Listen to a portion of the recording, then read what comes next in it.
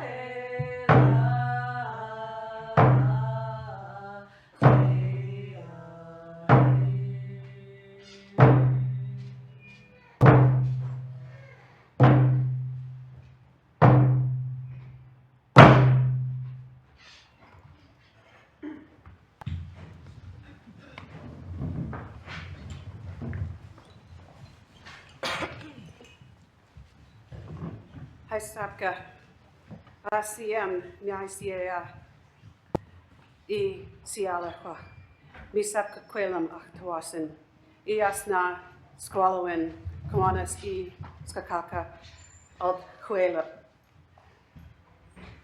Nansan I Sit Tana Sialawa Iath U I Sasawatha Milch Sitsan Za Ta Swasin Hwamuch Haisapka Na Siam Na Siea. My most beautiful and honored friends and elders, welcome to Tsawwassen. I'm happy to be amongst all of you, and I want to express my appreciation to my elders for always helping me. I will thank the Tsawwassen people and thank you, my respected friends and elders.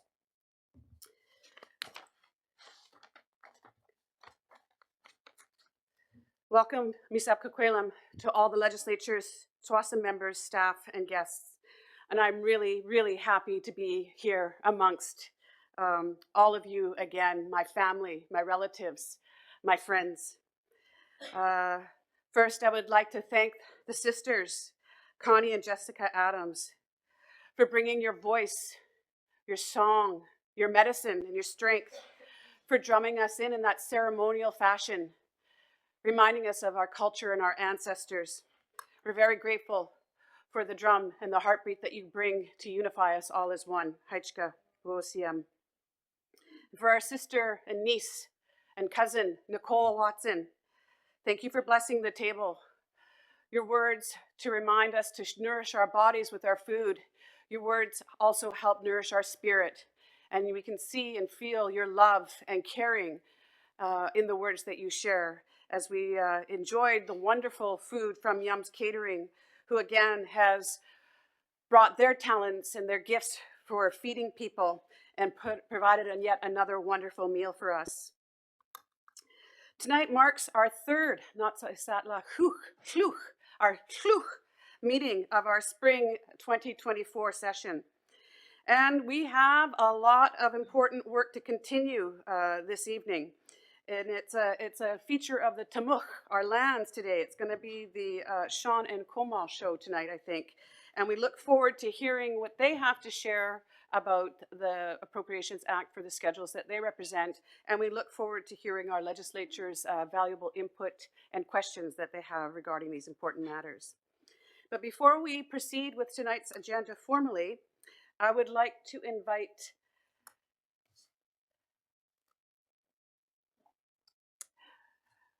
Spalaktuit to open us up this agenda and this meeting in prayer. Haichka OCM Spalaktuit.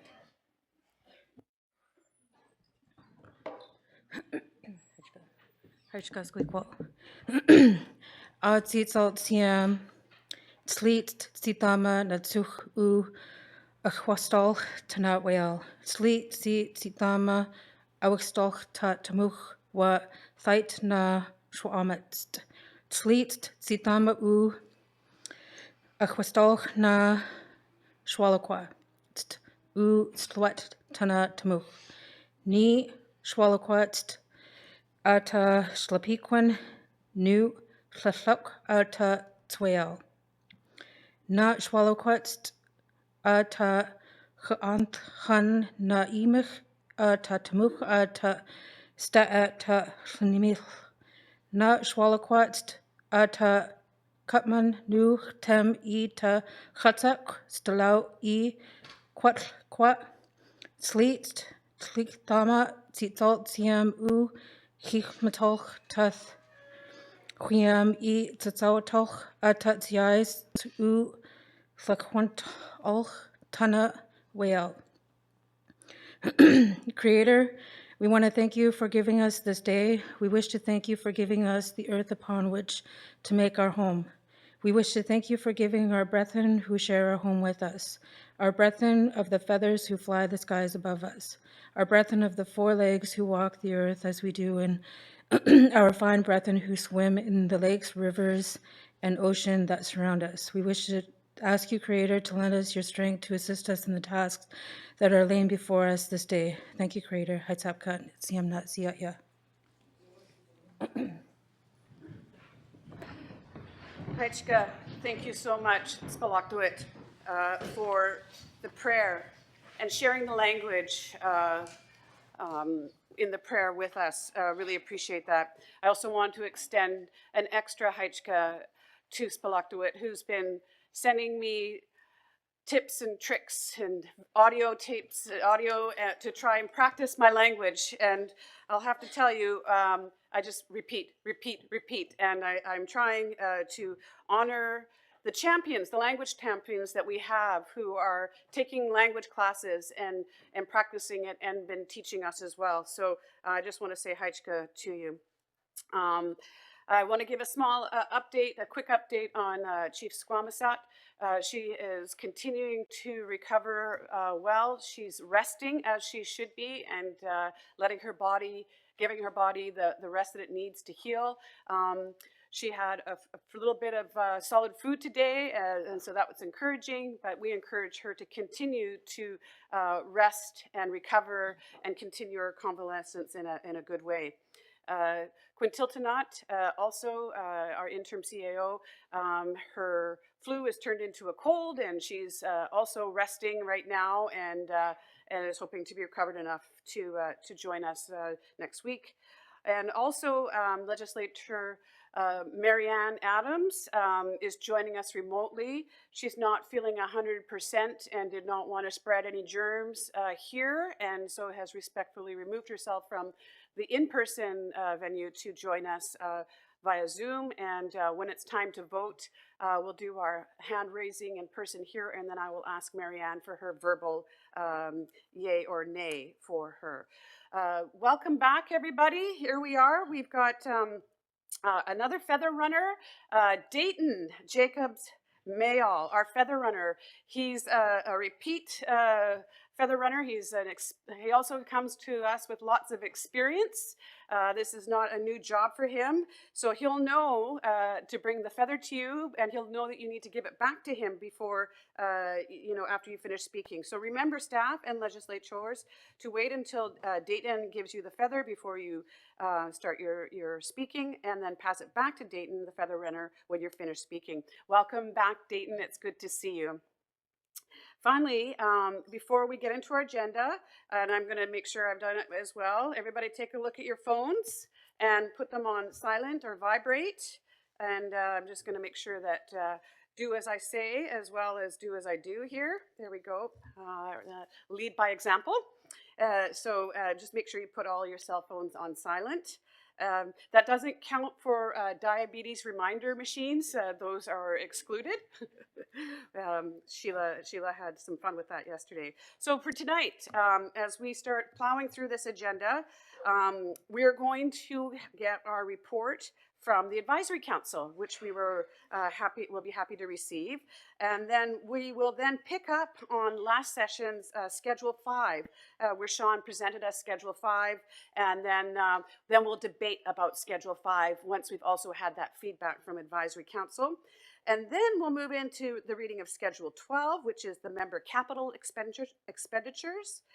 And then we will move that, we'll finish that second reading, and then we'll move into Schedule 3A, Local Government, Lands and Engineering, presented by, guess who, Sean again. So Sean's going to be, make sure that we give him lots of water so that his voice stays strong for all of his presentations. Then we have Schedule 3B, Local Government, Lands and Planning. And then, depending if time permits, we'll move on to the second reading of Schedule 10, Member Lands and Municipal Services. Are there any questions about tonight's agenda from the legislators? Wonderful. One comment I was going to make is staff was going to have some information from one of the legislature's questions. I'm not sure if it was Sheila that was going to bring back some information. So could I just make sure that that's happening in the background? If it's not ready for tonight, then it could be ready for our next meeting. And I think that's think that's all I have to add at the moment. So let's get on with our agenda. Our first item, I would like to call upon the Director of Finance and Corporate Services, Mark DeMello, to present the Advisory Council report. Mark?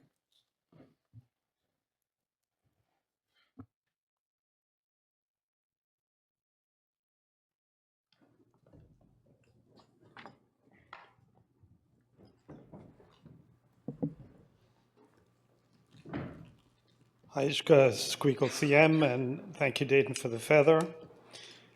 One of the critical functions of the Advisory Council is to meet and provide advice to legislature before the legislature finalizes any Tsawwassen laws. This is set out in section 5.25 of the Constitution and in section 38 of the Government Organization Act.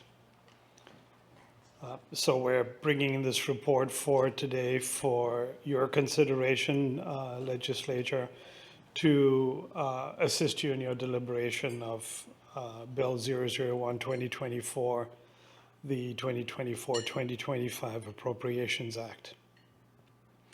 So last night from 5:30 to 8:30, the Advisory Council met to discuss the bill. There were 8 members in attendance, including 7 elected members of Advisory Council. Quorum was therefore constituted, and a formal meeting of the Advisory Council was held. It was a very full meeting, as you can tell from 3 hours, and I'm very grateful to Advisory Council for going through in some detail with us all the financial presentations that we had. We gave a summarized version of the Appropriations Act and covered Schedules 1, 2, 3A, 3B, 5, 7, 10, and 12. The comments that I'm going to go through that have been provided by Advisory Council cover all of these and more. It would have been nice to kind of list them by schedule, but I guess the way the conversation went through the night, it was not necessarily easy for us to bring it forward on a schedule by schedule basis. So we'd ask that this just be taken into account and applied as you go forward. So some of the members of AC expressed concern about the fact that Blue Heron Way and the south end of Tsawwassen Drive are the only points to enter and exit the community area of TFN lands. Members find it frustrating that there aren't more route options for members to get in and out of the community area. There were concerns about the roads in the leasehold area being narrow, as members towing fishing boats require much more room to maneuver safely. They'd like to request reconsideration of opening of the north end of Tsawwassen Drive, as well as a timeline for the opening of Fisherman Way and other roads being built through the leasehold areas.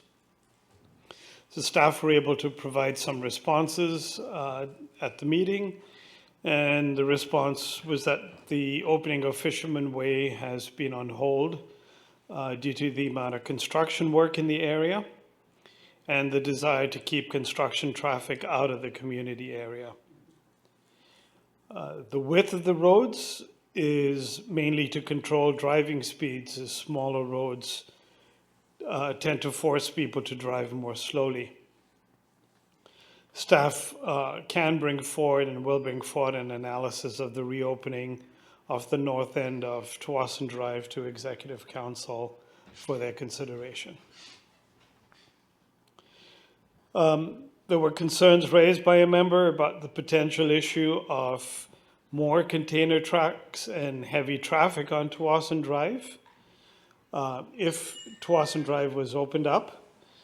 But staff responded that the plan is to close the south end of the drive with a gate and provide fob access to members and emergency vehicles. So that should limit traffic onto Wasson Drive to local traffic only. Some members asked about the cost effectiveness of constructing a new admin legislature facility, given the number of staff who are currently working remotely. They'd like to ensure that the facility is not overbuilt and that, given that staff will be working both from home and in the office, that there's not too much space being provided for offices. They also expressed some concern about the number of staff currently working remotely and the impact that this has on the connection to the community. There were comments that there are many benefits offered to TFN employees that are not available from other employers. Again, staff attempted to provide a response, and the response was that the design of the new admin facility is still at the concept stage. There's ongoing work to finalize it. And the office space requirements have been reconsidered and reduced from their initial pre-pandemic levels, specifically to take into account the fact that so many staff are working from home. We also need to be very forward-thinking in this, in that the building is going to be around for a long time, and so needs to be able to accommodate growth. Senior management and executive council have had discussions about the work from home arrangements, and they share some of the concerns about community connections. We expect that staff will be looking forward to having the new building and a good place to work. But we're also cognizant of the job market being challenging and the need to be competitive and attract quality applicants. So the option of remote work needs to be available. The expectation is, by being competitive and with TFN being a pretty incredible place to work, that we will be successful in encouraging people to come join us, and once they're here, to stay, because you're part of the family. Member asked if there was any consideration in the budget for our service agreements with Delta for 24-hour police service. We responded that there is no increase right now for higher staffing levels, but EC meets regularly with DPD and has discussions about how to improve service delivery. So those are issues that constantly get talked about and hopefully addressed. A member asked whether there was, whether any of the $2.6 million in GST revenues could be distributed directly to members.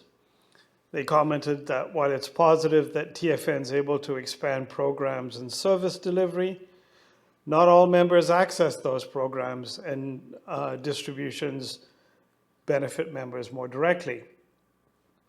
Staff responded that while the GST goes into general revenues to pay for all programs and services, coincidentally, or maybe not coincidentally, the increase in the GST this year was about $250,000, and that amount is being proposed for an additional distribution at Christmas. So there is some connection, I guess. It's not a direct connection, but there is some connection between increased GST revenues and increased distributions. We also talked about Executive Council and the legislature having to strike a balance between providing direct distributions to members and using the funds for expanded programs and services. It's a balancing act that always has to be taken into account. Some members of AC commented that while they would like to see more emphasis on education and training for members who are using income assistance to ensure that those who are able to work can transition successfully into employment and not be dependent on social services. There were also comments that helping get people out of poverty and working is part of the healing journey and therefore really important for us to continue to support. Staff responded that this is definitely a priority for Executive Council and for LEG, and trying to get people on social assistance, the required training and support will continue to be something that is funded and promoted. Some members commented that they would like to see more emphasis on, oops, that's the same audio again, sorry. Some members commented that they have concerns about the loss of staff in the Health and Social Services Department. They feel that there are too many departments grouped under one Director of Member Services. Because these departments deliver very complex services that are critical to members, they request that there be consideration of splitting these departments under multiple directors. A member requested additional details on what the budget for the food bank includes, how many families are accessing the food bank. Staff responded that we will look into this and provide details back to the Advisory Council at another meeting. Some members commented that they were very pleased to see funds for improving the entrance at Blue Heron Way, including the removal of the median. They requested that TFN consider additional safety improvements, such as increasing the no parking buffers to improve visibility in intersections, and installing flashing lights at crosswalks. Some members requested that there be designated parking zone for catering vehicles beside the kitchen entrance at the Longhouse, and that kitchen upgrades be included in the Longhouse improvements. They also requested that the blackberry bushes on the north end of the Longhouse be trimmed or removed to permit vehicular access to the entrance of the mask room. And finally, there was a request to install signage to discourage residents from allowing their dogs to run in the grassy areas near the Longhouse, to inform people that it is a culturally and spiritually significant area.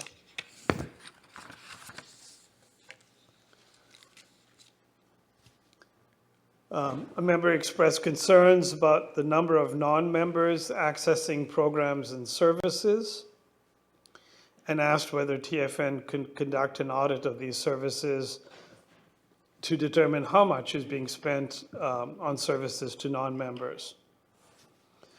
Staff responded that primarily these are instances where a non-member family of a member will have access to services because the benefit is to the family unit as a whole. And in principle, these kinds of policy decisions are made based on what's best for the family unit. Typically, that's a majority of TFN members in the family unit. There are also some programs that TFN delivers that are required to be available to Indigenous people in the area who are not TFN members because our funding requires that. And finally, some members requested that there be more funding available to members who require medical care that is not related to treatment for addictions. One example provided was situations where members may be on waiting lists for procedures in BC, but could access those procedures more quickly if they were, could be paid to have them done in another province or in a private clinic. They expressed concern that there's a lot of focus in supporting members with substance use issues, but would like to see more consideration for all kinds of medical support. As CM, as you can tell, there were lots of comments. It was a very full set of discussion, and I hope that we have conveyed the concerns and thoughts of advisory council as accurately as they would like us. Hajka CM. Hajka, Mark, thank you so much for relaying that report to the legislature. And I'm very grateful that the advisory council is giving their time and attention to this important work. So thank you. This now enables us to move to Schedule 5. To begin the debating of the schedule that was presented on Tuesday. And now it's the time for you to ask any questions that you might have or share any thoughts about that schedule. I don't know if we have any PowerPoint summaries or anything to put up with respect to that. I would like to invite Sean Jacobs, the Director of Municipal Infrastructure, to come up and get us back in the mood to discuss his schedule so that we can have some healthy debate and discussion about it before we decide whether or not we can move it to the next reading. Sean?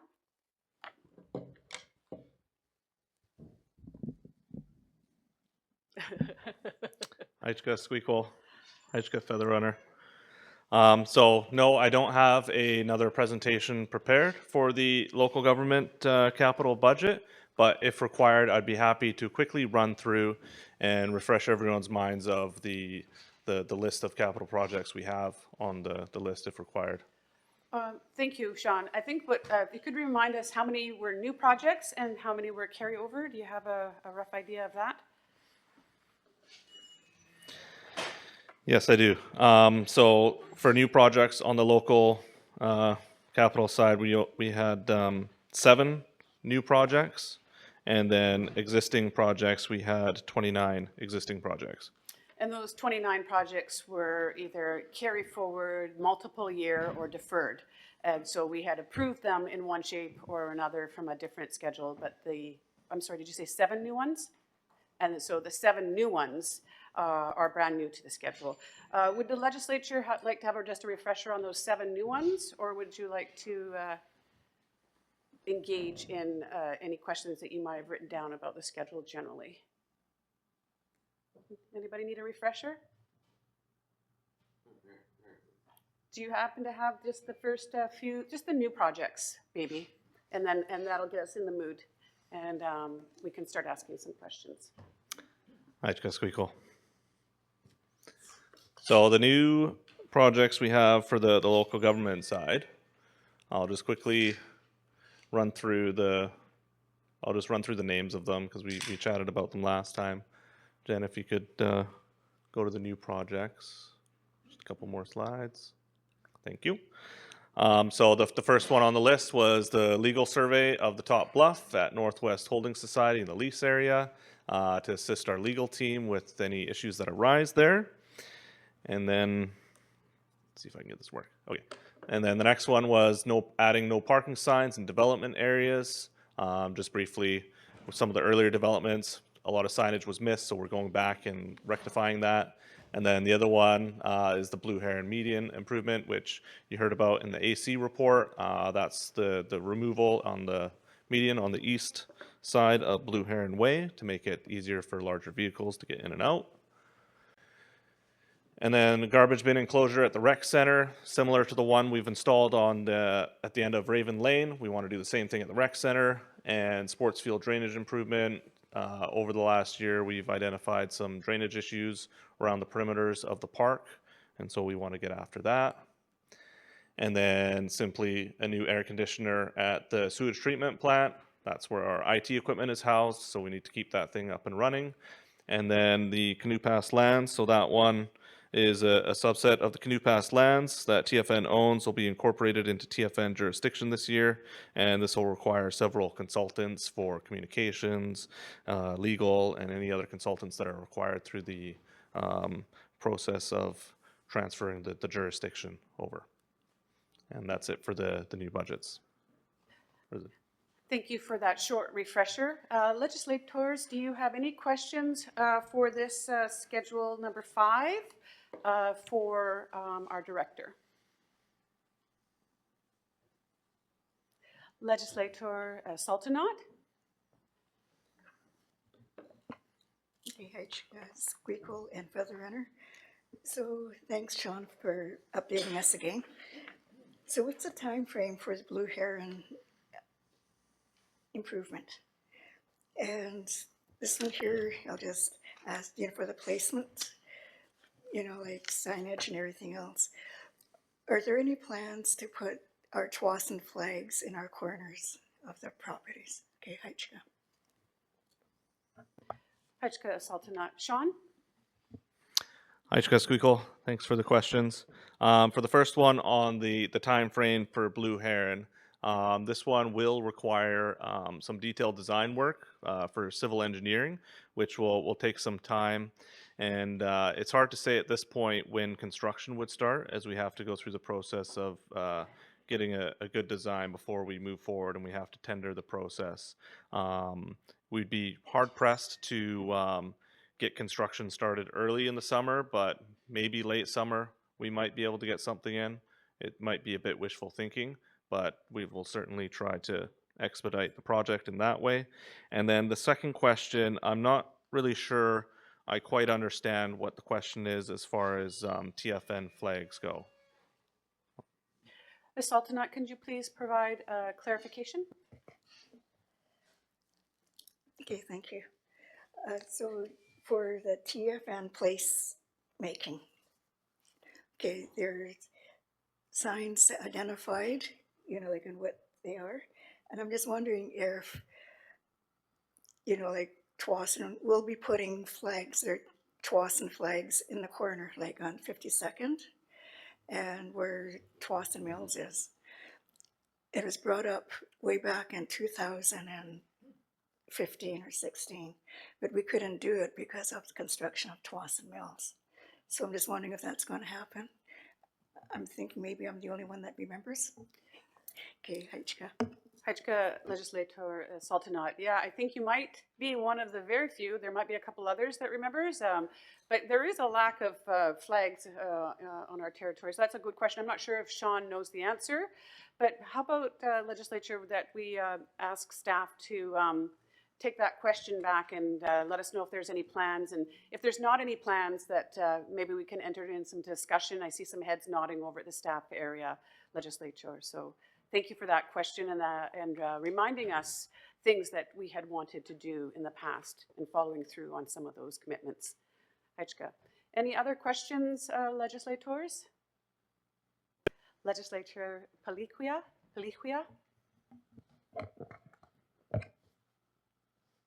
Haichka Squeakle Sam, Haichka Dayton for the Feather. Yeah, I was just wanting to make a comment on the sports field to fill in the ditch to accommodate more parking. I did mention it at our workshop, but I wanted to bring it up again for there to be more parking around the administration building. We have a lot of people that utilize it for walking their dogs, and during the days it gets quite busy and they take up like prime parking spots when there's staff and meetings and stuff going on. So if there can be some sort of parking like across the church, like designated parking stalls, painted lines or something, or signage to say no parking during the week. And another question about the new sanitary lift stations on Tsawwassen Drive. That looks like there's going to be something across in that open lot across from the church. How big is that going to be? And is that the only location of the new sanitary lift stations? And if so, is that the most ideal spot for it?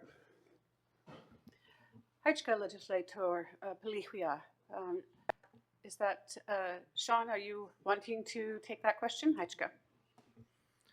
Aichka, Squeakle.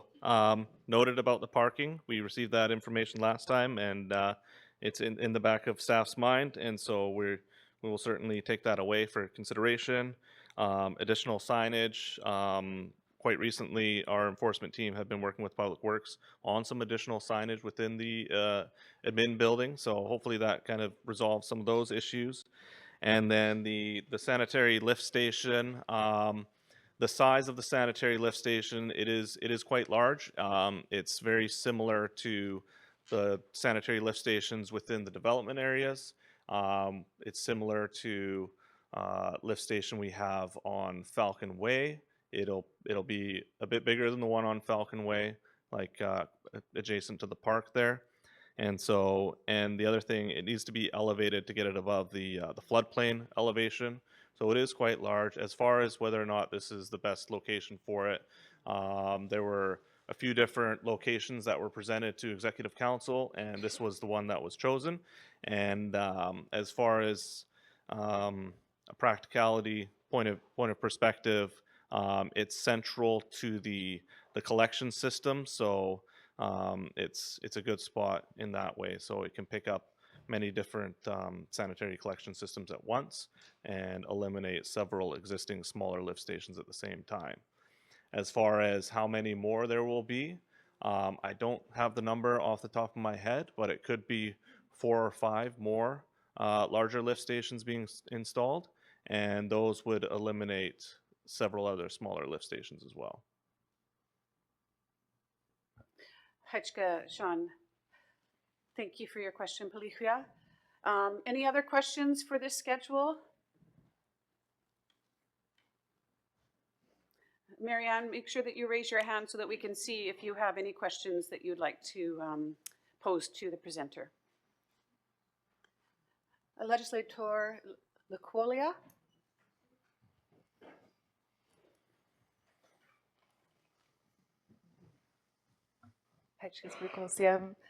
Okay, I have a couple, but for the installation of the 22 water meters,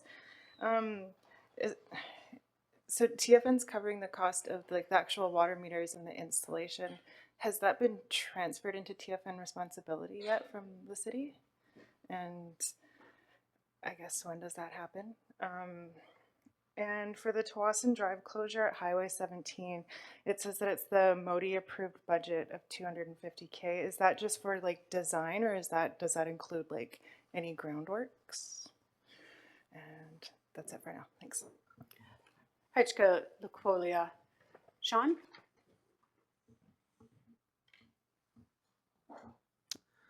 Hajka, Squeakle.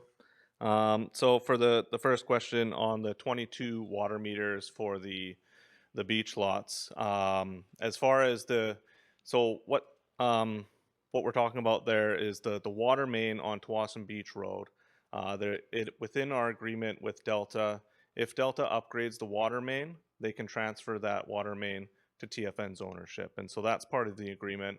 There's a hold up there because there's archaeological findings, and Delta hasn't carried the project forward. So that's why this one carries over in each individual budgets. The 22 water meters was an extra that TFN wanted as part of this project, and Delta wasn't going to fund that because it was above and beyond what was originally agreed upon. So TFN wanted to do the upgrades as far as water meters go. And then the Tawasin Drive closure at Highway 17.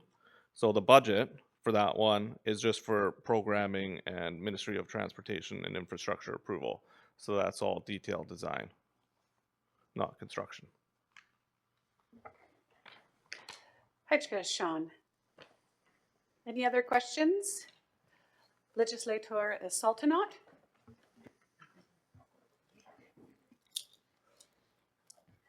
Okay, Hitchka, Squeakquel, and Feather Runner.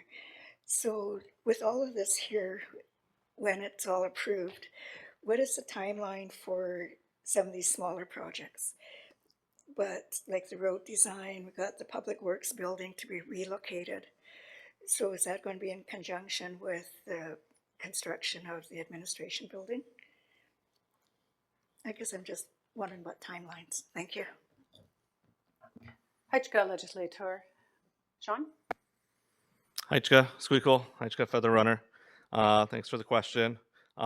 Without diving into each individual project, because they all have their own different timelines, it's difficult to answer the question, but I can certainly talk a little bit about the one about Public Works and the administration building. So there's a bit of a shuffling act kind of going on with this one. So we're starting the administration building design. Construction will take place. As far as timing to get to completion, it's a bit uncertain, but it could be up to 5 years before that building is complete.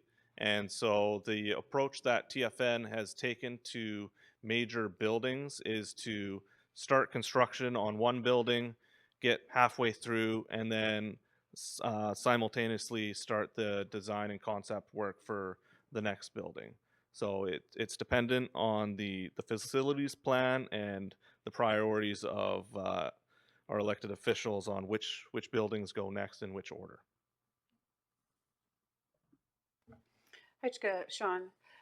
One more question, and then we'll move to vote. Legislature Halkumatia. Hajka Squeakle Sam. This question is from our chief. She asked me about this. When the new lands office trailer well, not new, but the current lands office trailer gets moved, taking that building apart and relocating it, it's going to take some time, and she was concerned and wondering where that staff is going to work from and where things are going to be stored in the interim. Hajka. Hajka Legislator Halkumatia on behalf of Chief Squamish.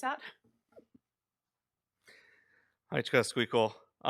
So as we're planning to move the lands trailer this summer, and we're working on designs currently, and part of the scope of the project is to determine how the current staff that are working in the building are going to be affected during that time and what the time frame is.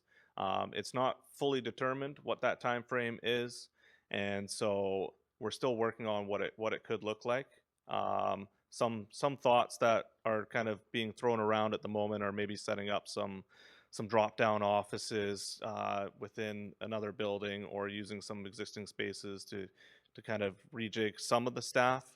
The other thing that we can rely on is hybrid work. If there's options to keep staff at home, working from home during the couple months where they're doing the setup, that's something else that could be considered as well. Hajka. Hajka, Legislature Squamia, I know that I had said that was the last one, but I think your last comment inspired a question, Sean. Legislature Squamia? Hajka Squeakle and Hajka for the Feather. I was just wondering about the landscaping that will be going on the industrial berm and possible pathway. If it would, if there would be interest, or if it would be possible to have one section of it, the landscaping, a little bit sled friendly in the wintertime, if families wanted to go there, whatever that would look like for the summer, but if, you know, without bushes, so you could possibly use it for sledding in the winter. Thanks.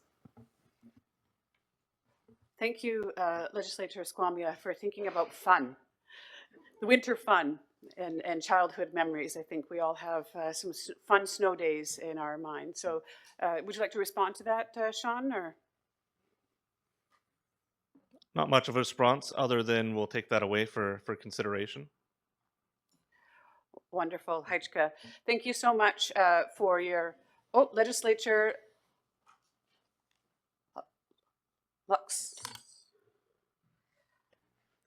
Luxon? Did I get it right, Kathy? Luxon? Hajka. Thank you, Squeakle.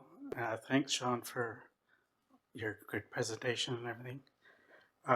Mine, you probably know what I'm going to ask, is about 28th Avenue. And I know the road's gotten beaten up pretty bad for the semi-trucks and stuff, but I always wanted an answer from the office what has happened with these trucks, if they are allowed on there. And with your budget of $5 million, does Delta contribute to any of this, or is this all TFN? I know you're talking about TransLink and stuff, so, and if it's all of us, if it's just TFN doing all the work, the budgeting of it, can we put speed bumps on that from stopping these trucks from going through there fast?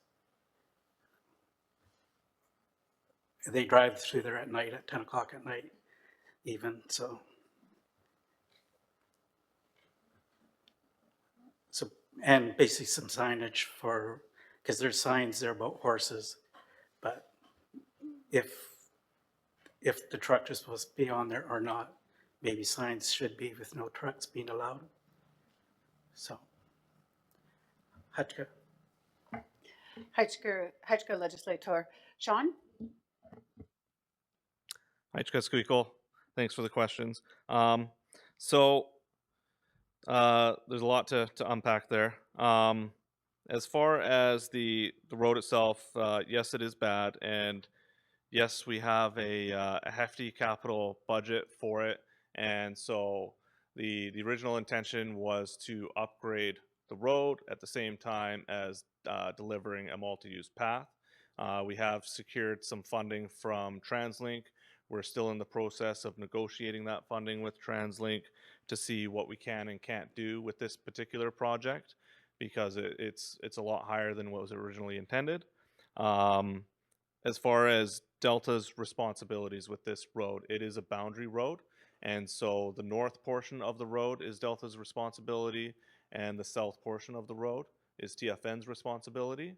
Unfortunately, our budgets don't always align, and Delta doesn't have an appetite to do the north half of the road at this time.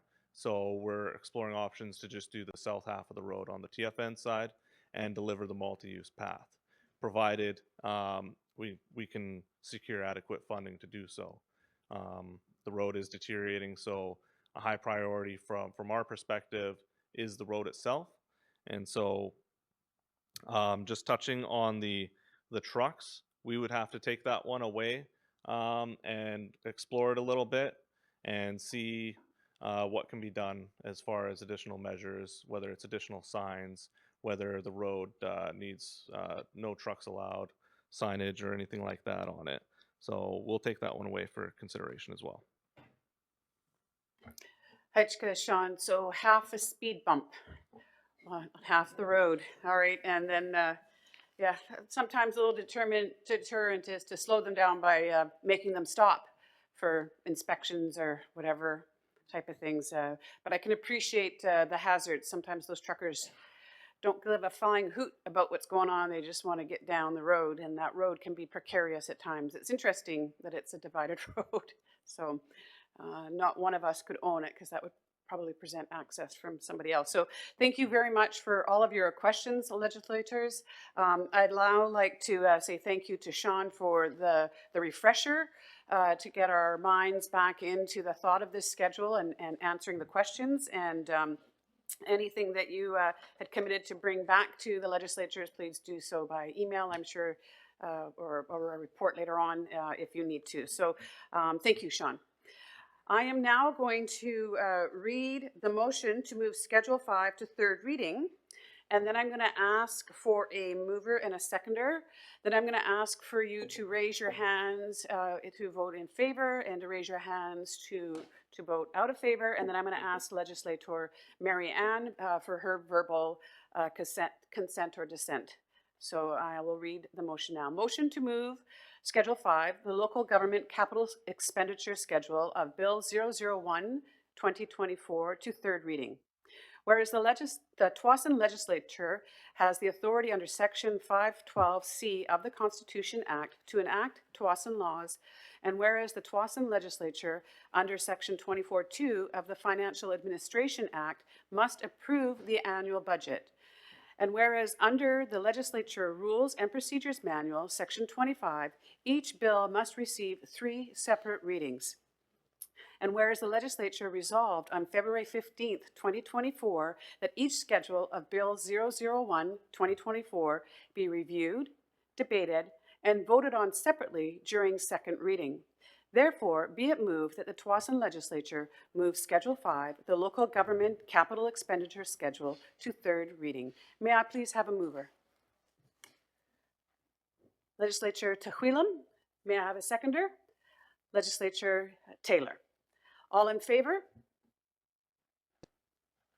Raise your hands high, please. That's everybody. Thank you very much. Legislator Marianne? Heichka. The motion was carried unanimously. This bill has now been moved, this schedule has now been moved to third reading. Heichka legislatures. We are now moving on to the second reading of Schedule 12, the Member Capital Expenditure Schedule of Bill 001, 2024. I would like to invite back to the microphone Sean Jacobs to present Schedule 12. Just a small reprieve, Sean, and then you're back into the limelight. Heichka, Squeakle, Heichka, Feather Runner. All right, so now moving out of local government and into a member capital expenditures.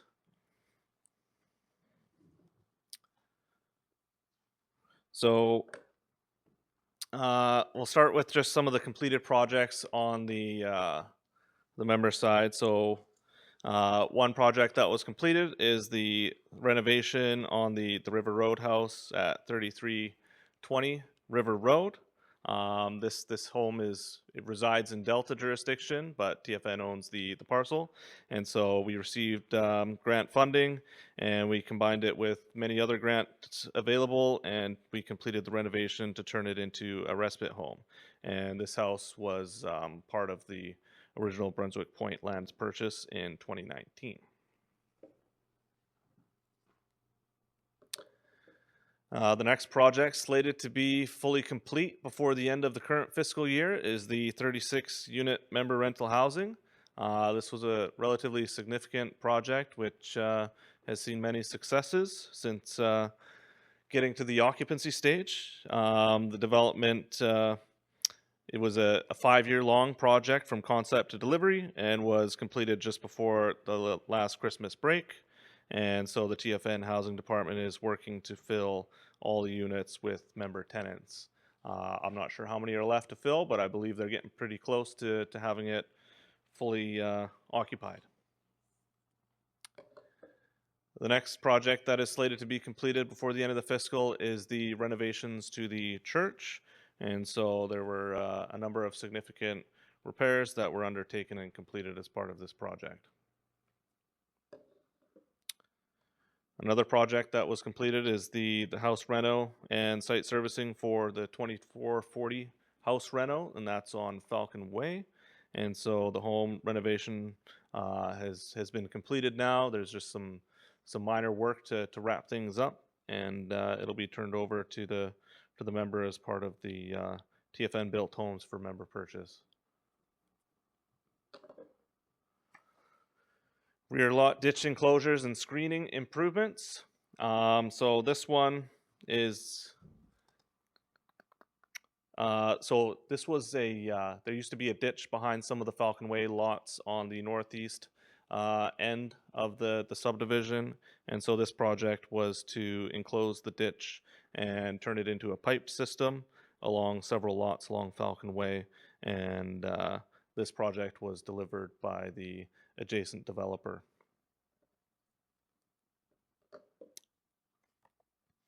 Rec Center roof repair, pretty straightforward. We needed to repair the roof, so we repaired it. And then on to the new projects. We have 3 new projects on the member capital side. The Longhouse upgrades. So TFN staff have met with the Longhouse committee, the manager of language and culture, and other member services staff to walk through the site and kind of define a scope of services that are required for the upgrades. And so some of the items that were discussed during that initial walkthrough is better seating for elders in the Longhouse, bathrooms to be fitted and upgraded, possibly some shower facilities as well, maybe an outdoor wood fire pit, pathways around the entirety of the building, enhancement of the traditional burning area. What we've experienced over the years is the traditional burning area is kind of, it's out in the open, and we're experiencing people parking in that area, which is inappropriate. So there may be some upgrades, maybe a wall with some gating or something like that. And then a designated smoking area as well was discussed, amongst many other things, which I don't have in front of me at the moment. And this was a hot topic for the advisory council meeting, and they had some really good suggestions as well, which we were taking away and for consideration for this project. The other 2 projects, we've got the HSS Healing Center. So the program of this facility will be refined with input from the Community Safety Panel. Community had requested in the legislature priority planning workshop for a healing center for people with substance abuse and trauma. And then the cultural hub. This one, the final cultural center will be delivered south of the highway. In the future, an interim cultural hub is being developed within the Tsawwassen Commons area. It'll house offices for Tsawwassen's culture department, along with storage and display of artifacts, classrooms, and a small gift shop. TFN has secured over $310,000 in grant funding to support this project. So that's it for the new projects. I'll go through the existing multi-year projects. Some of these have been deferred from past years, and because we have such an exhaustive list of capital projects, it is quite difficult to deliver all of them in a timely manner, so some of them get pushed back sometimes. The first one on the list is Brunswick Point property repairs. So TFN acquired additional lands within the Brunswick Point. We're now referring to it as Canoe Pass lands. It's going to take me a bit to get used to that. And so we have some funding there for necessary repairs on some of the properties. And so for now, a lot of them are within Delta's jurisdiction, but hopefully through the allocation of the Canoe Pass lands project, a lot of them will come into TFN jurisdiction. This one is an existing capital project. Every year we have 30,000. We've rebranded it. It used to be called upgrades to the temporary members park south of Highway 17. We've renamed it to Youth Capital Improvement Program. What we're finding every year is that our education team, they bring on a bunch of youth, and they come up with a bunch of really good ideas for some improvements. And so we've every year we'll keep putting money into this budget to support that. The boatyard relocation. So this one is the Bass Pro boatyard that used to be kind of in the, if you look on the photo on the right, used to be on the southwest corner of the parcel next to STP. That was demoed, and they're in the process of reconstructing it on the northeast corner as part of the agreement. And so there's also an access road being constructed adjacent to the sewage treatment plant on the east side. And that access road will help service the future Public Works and Utilities Operations Center. And so the main driver to relocate the boatyard was a deal with the industrial developer, which is ongoing at the moment. And then TFN member business storage and boatyard. This is Ryan's World in economic development. So there's money there for programming of the TFN member boatyard, location and size, things like that. And Economic Development is currently working on concept that integrates members as well as member businesses needs, and more details will follow as the project unfolds. Industrial land servicing. This one's a placeholder. Vacant industrial land south of Sailor Sea Way. Infrastructure upgrades that may be required. Extension of roads, stormwater drainage, possibly BC Hydro servicing. And then the community farm precinct, which has evolved over the years, and it used to be divided into several different projects. We've pulled in a whole bunch of projects that were kind of in the general area and combined it into one project. So this one includes the freezers for natural resources, drainage upgrades, electrical upgrades that are required. And so we've got some funding set aside to help with that. And then any additional funds to continue purchasing startup tools and equipment. We've got money set aside to engage with the consultant for some the development of the overall precinct plan. And yeah, that's it for that one. Sixplex, the old Sixplex, which is now dubbed the Raven Nest. So we have a budget in there to do some upgrades to the facade and adding complex name signs. It's also going to include some upgrades to the front courtyard, enhancing some of the perimeter drainage around the facility, new cladding, elements like that. So we currently just went through the tendering phase, and now we're looking at awarding a contract for this work. So work will be starting in the summer, likely, or sooner. I think I missed one, Jen. I don't know how to go back.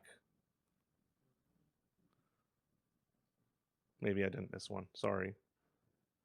Just confusing everyone. Okay, the Community Land Trust. So this one finance funds, sets aside funds every year to purchase any right of first refusal lands or any other strategic lands for member use. So that's always in there. Falcon Way Lot A and B, member housing. This is a design build project, and it's being delivered by Aquilini Development with TFN. And so this will be 12 units made up of 6 duplexes. It's they're turnkey homes for members. The project is currently under construction. A lot of the home construction is complete now, and I see them working on a lot of the driveways now. So they're plugging away at that, and the overall completion would be anticipated in the summer of 2024. That could be earlier. We'll see how the remainder of the project goes.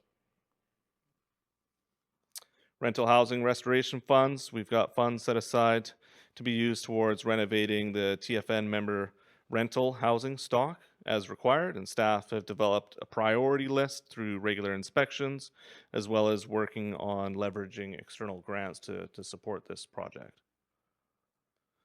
The new cemetery site, this one is for programming and site filling.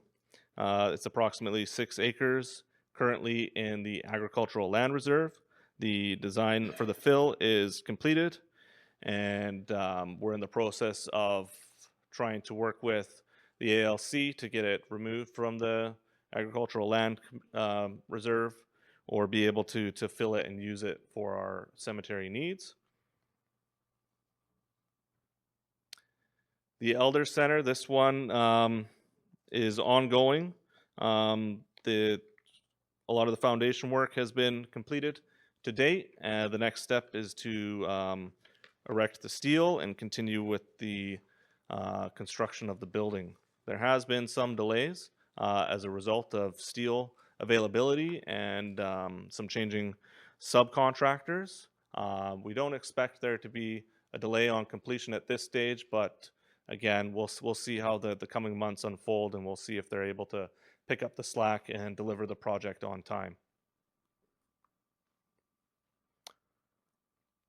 TFN Ancestral Repatriation Project. The archaeological team has been working diligently on screening a lot of the material, the archaeological material from a lot of the developments from the local area. And so the plot that's shown there is the staging area for the screening.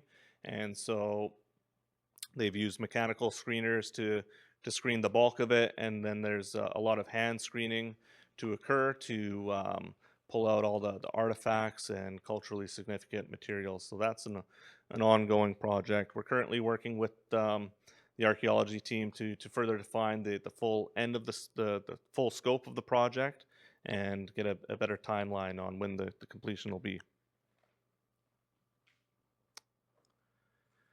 New member housing, part of 13-acre site. So this one is adjacent to the new cemetery site, and this budget is for filling only as well. And so we're in the tendering process for putting both projects under one contract, and it's going to be a phased approach. If we don't get the cemetery approval in time, then we don't proceed with phase 2 until we have the approval to do the fill work on that parcel. Otherwise, we'll carry on with the filling on the 13-acre site. And this one, the access point for the project will be off of Sailor Sea Drive. Remaining industrial lands to be filled. So this is economic development again. All the industrial lands have been getting filled parcel by parcel. So this is just the fill budget to continue and actually wrap up that filling program in the industrial lands. Dock improvements, breakwater construction. This one's pretty complex. It could include bank stabilization and elements like that, and we're looking to do, we're working with natural resources on what the end strategy or goals or objectives of this particular project are. So it needs to be fully defined. We expect that it likely requires some community engagement to truly figure out what the desired end project for this one is. So it's a little bit in limbo. And then the industrial lands, BC Hydro Servicing, that's just a placeholder. So to develop an electrical and telecom services master plan for the future development of the vacant industrial lands. BC Hydro has pointed out that the existing TFN industrial lands electrical circuit has a maximum capacity. And if we, as development goes, if that capacity needs to be upgraded, we have these funds set aside to help with that. TFN built homes for member purchase. This project was originally conceived for the relocation of the Blue House on Tsawwassen Drive to the 2440 Falcon Way. That has subsequently been completed, but this project still exists for any future projects that could replicate a similar project that we undertook there. So we've got money set aside here for any building rent-to-own home programs that could be delivered by TFN or in conjunction with the assistance of a developer, perhaps. The support care facility. So we've received grant funding for this one, and it's to build a supported care home. And so this is for program and construction budget. And so this one will be further defined through the community safety panel. But part of this program includes the new 7-bedroom house located at 5120 28th Avenue. And the property will serve as a valuable asset for the possibly a treatment facility. And that's it for the existing projects. Haichka. Haichka, Sean, thank you so much for that very clear and concise presentation about completed projects and projects in the queue. I will now open the floor to legislators who may have any questions or comments about schedule number 12.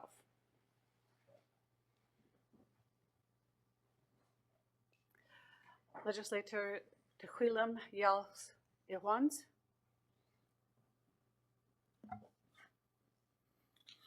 Haichka Squackle, Haichka Sean for your presentation, and firstly, Haichka to the advisory council for their report. It was nice to hear a lot of their feedback on a lot of shared issues and concerns. Anyways, back to this, I'd like to say, a question on the cultural hub. Curious if there's gonna be any problems for the employees working there with, I guess, tax issues, or I'm not too sure if that's a question for you, Sean, but, I'm curious, since they'll be working offlands, if that will have any, issues for them, or, yeah, thank you. Hechka Legislator, Mark, would you like to respond to that, please? Or rather, Mark, could you please respond to that?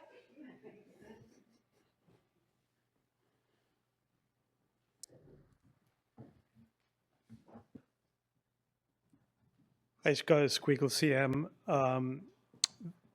Employees work for TFN government. Our offices are based out of TFN lands, and therefore the address for, while their physical place of work at times might be off lands, the actual address is on lands, and therefore they will continue to be able to avail of the tax exemption. Hechka Squeakle CM. Hechka, for that response, and thank you for that question. That was a very good question. Legislator Sultanat? Hechka Squeakle and the Feather Inner. There's a few comments and everything else, and it's again with the smoking area, that's proposed for the Longhouse and I guess all the public buildings. And I think that's a good idea.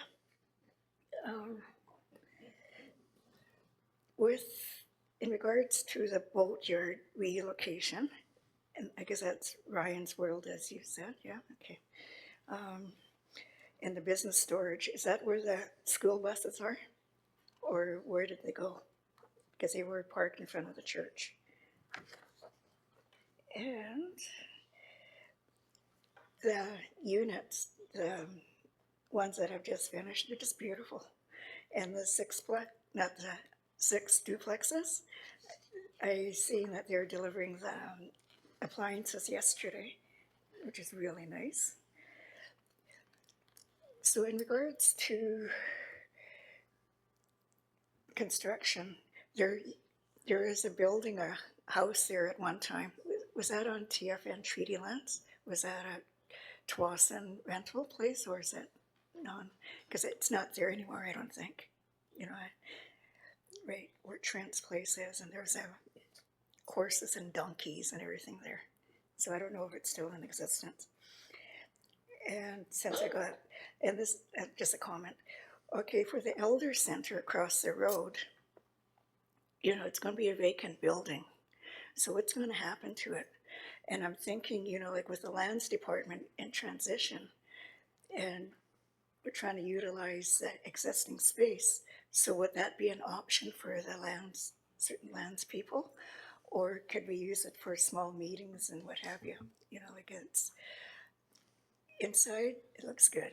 I'm not too sure about the outside of the building, but it's still usable. And Loretta? That's it for now. I was going to say, let him get a chance to answer some more questions, and then can come back to you. Thank you for your comments, Loretta, and your constructive feedback and your suggestions. Sean, would you like to respond, or? Thank you. Hi, Squeakle. Thanks for the questions and the nice comments. I really appreciate that. So for the boatyard relocation, the question was more along the lines of the business storage. And so there were buses stored out here. Those have subsequently moved to a temporary location that economic development has secured with the help of a developer to deliver the location. So it's a shared location right now between Aquilini Development and Economic Development. And so Aquilini needed some parking space. Economic Development saw this as an opportunity to get an interim space for perhaps some business storage or member storage. So that was delivered, and I believe the buses have since moved. And so I imagine Economic Development is working on getting the remainder of the area filled. And as far as the permanent location, all of that work is still happening in the background. And I don't have the specifics, but I know Ryan's working diligently on that one. And the house on 28th Avenue, I believe it's the 5120 28th Avenue house. The house was demoed in order to build a larger unit that would have more space. And then as far as what's happening with the old elder center when those staff move out, I believe I'm correct in saying this, but if I'm not, I hope I'm not. I believe that some HSS staff would end up moving into that building, possibly. It looks like I may be wrong, but we'll take. Yeah, I'm not sure what the end use of that building is at the moment. Hejka, Sean, and thank you for that. It's a good suggestion, Legislature Loretta. Were you finished, Legislature Loretta? Did you have any follow-up before I move to the next question? Alrighty, thank you. Legislature Taylor.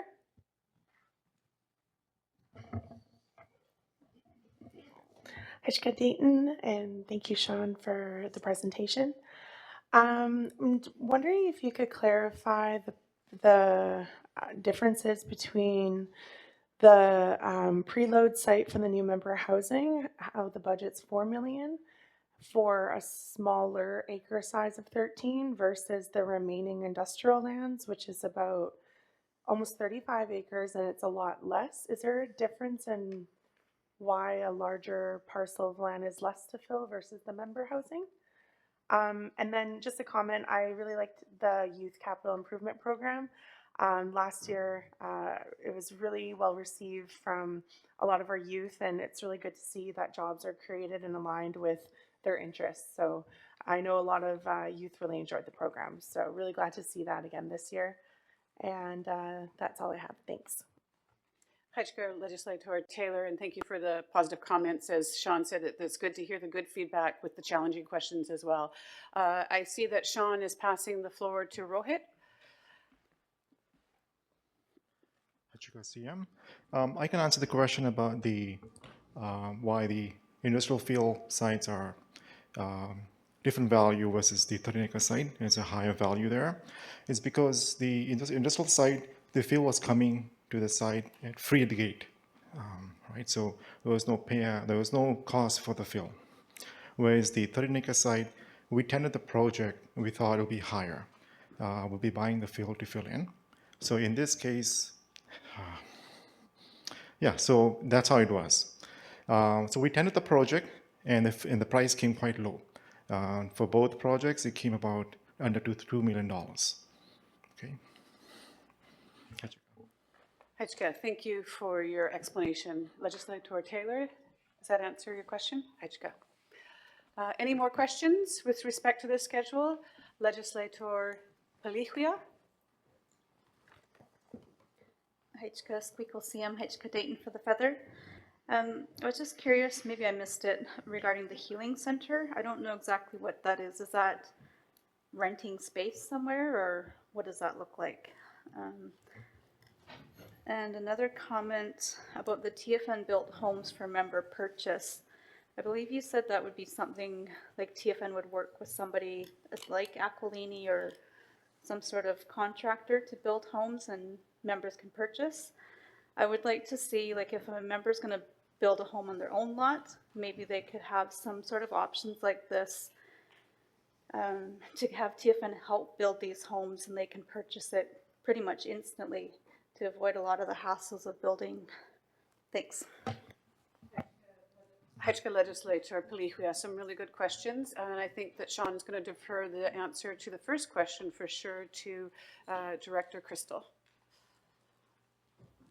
Hejka Dayton, and thank you for the question. So the Healing Center, we budgeted money to in the new budget to accommodate some sort of healing center, because we have heard very loud and clear from the membership that the members wanted something to do with like a healing center.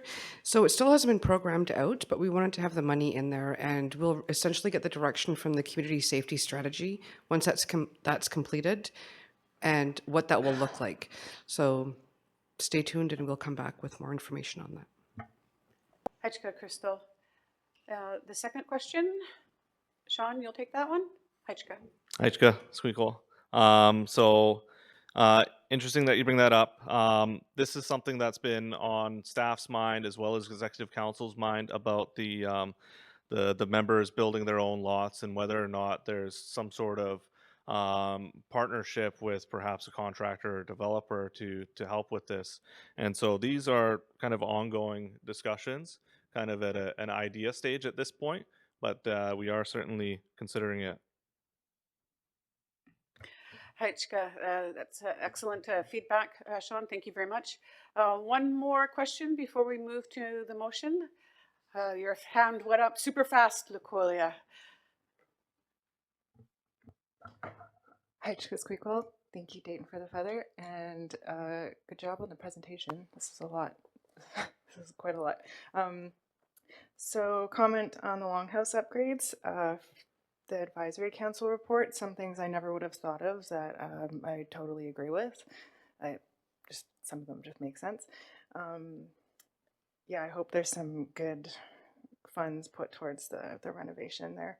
Some of my other questions were answered. I guess for the new cemetery site, still under ALC, the budget for this is, does this cover like legal costs or, because I know we've kind of been in, I don't know, a limbo, or we're kind of at a standstill until we can start creating the new cemetery, but I guess just a little more clarification on that. Thanks. Hajka Legislator Lucolia. Sean, is this a question you can answer? Hajka. Aichka, Squeakle. So the capital budget is intended to just fill the site. So it doesn't necessarily include any legal costs required that may be required for the ALC elements of it. And I know we have staff and council has been meeting with the ALC on this particular project. And so discussions are ongoing. I hope they're positive.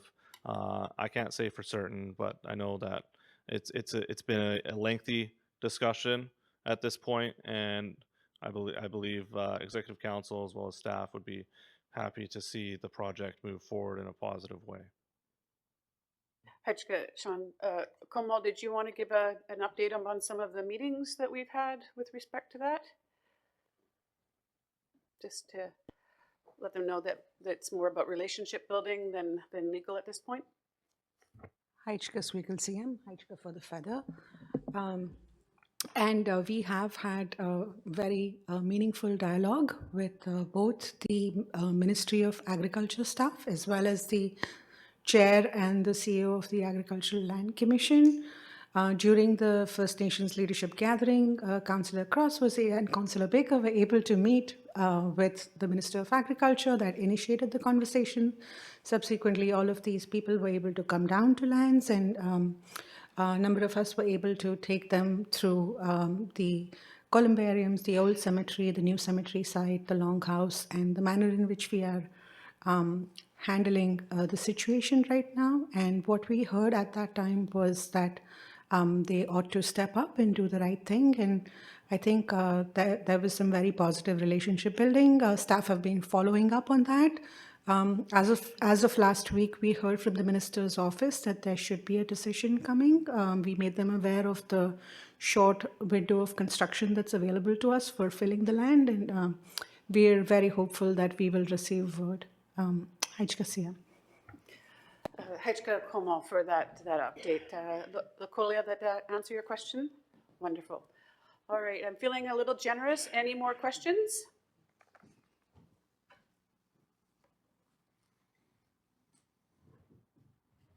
All righty then. Thank you very much, legislators, for your very insightful questions, and thank you, Sean, for yet another great presentation and detailed presentation.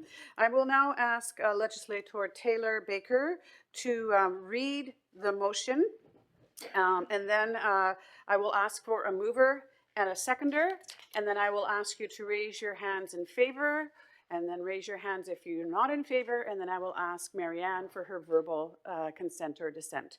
Legislator Taylor, please. Heshka Deaton for the Feather. Motion to move Schedule 12, the member capital expenditures schedule of Bill 001-2024 to third reading.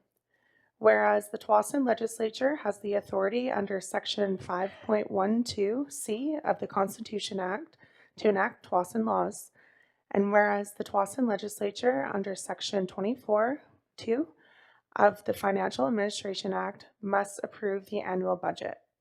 And whereas under the Legislature Rules and Procedures Manual, Section 25, each bill must receive 3 separate readings. And whereas the legislature resolved on February 15, 2024, that each schedule of the bill 001-2024 be reviewed, debated, and voted on separately during the second reading. Therefore, be it moved that the Tsawwassen Legislature move Schedule 12, the member capital expenditure schedule, to third reading. Thank you, Legislator Taylor.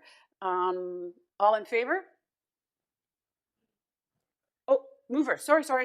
Yeah, good job. I was just checking to make sure Connor was doing his job. Keep me in line. Do I have a mover? There we go. Legislator Lecopolia. Do I have a seconder? Legislator Tehuilam. Now, all in favor, raise your hand, please. Nice and high. All right, all in favor at the table. Legislator Marianne. I approve. This motion has been passed unanimously. Haitchka legislatures, thank you very much. All right. Sean? I'm just thinking, where's Sean? Do you want to push through your presentation? Or would you like to have a break? All right, let's push through. And then we'll work our way through having this presentation. So Sean, we've got Schedule 3A, Local Government Lands and Engineering Schedule Bill 001-2024 for the second reading. I'd like to invite our Director of Municipal Infrastructure, Sean Jacobs, for his third presentation, Schedule 3A. Over to you, Sean. Haitchka, Squeakle, Haitchka, Feather Runner. Okay.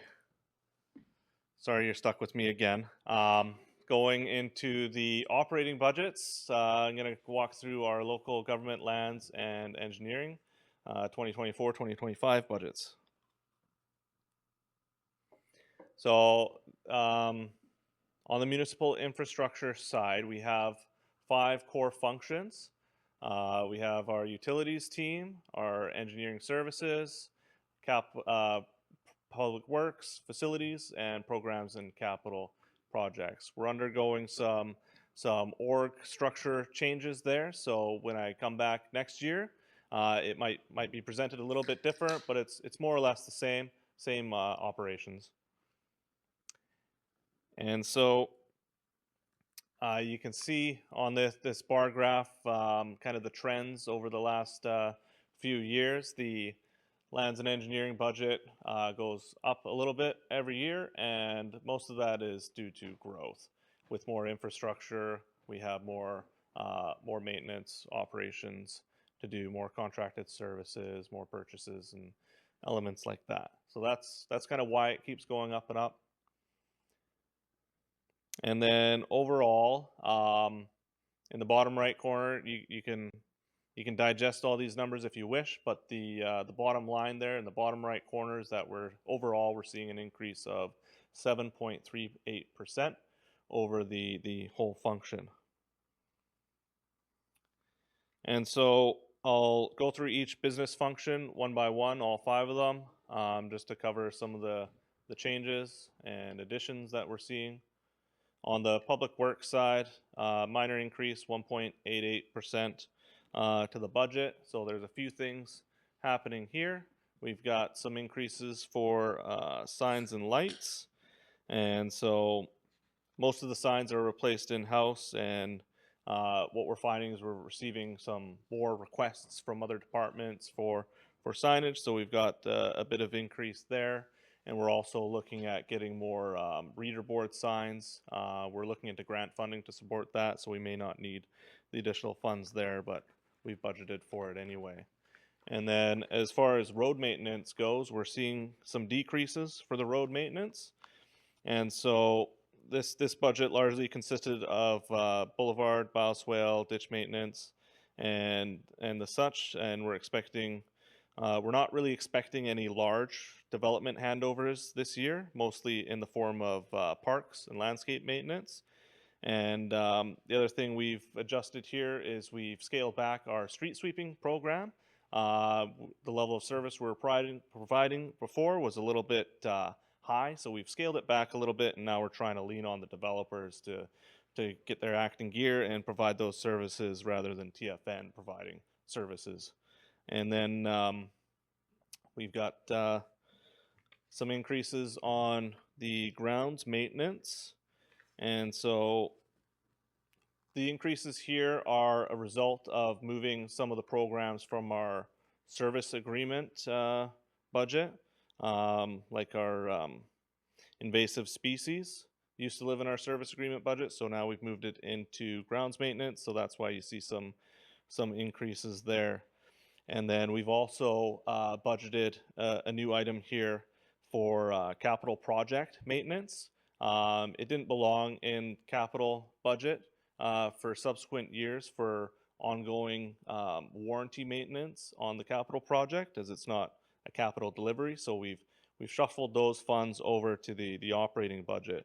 And so those include annual costs for the 36 unit complex landscape maintenance warranty and the Falcon Way Park and Raven Lane landscape maintenance warranty period. So that's why we've got some increases there.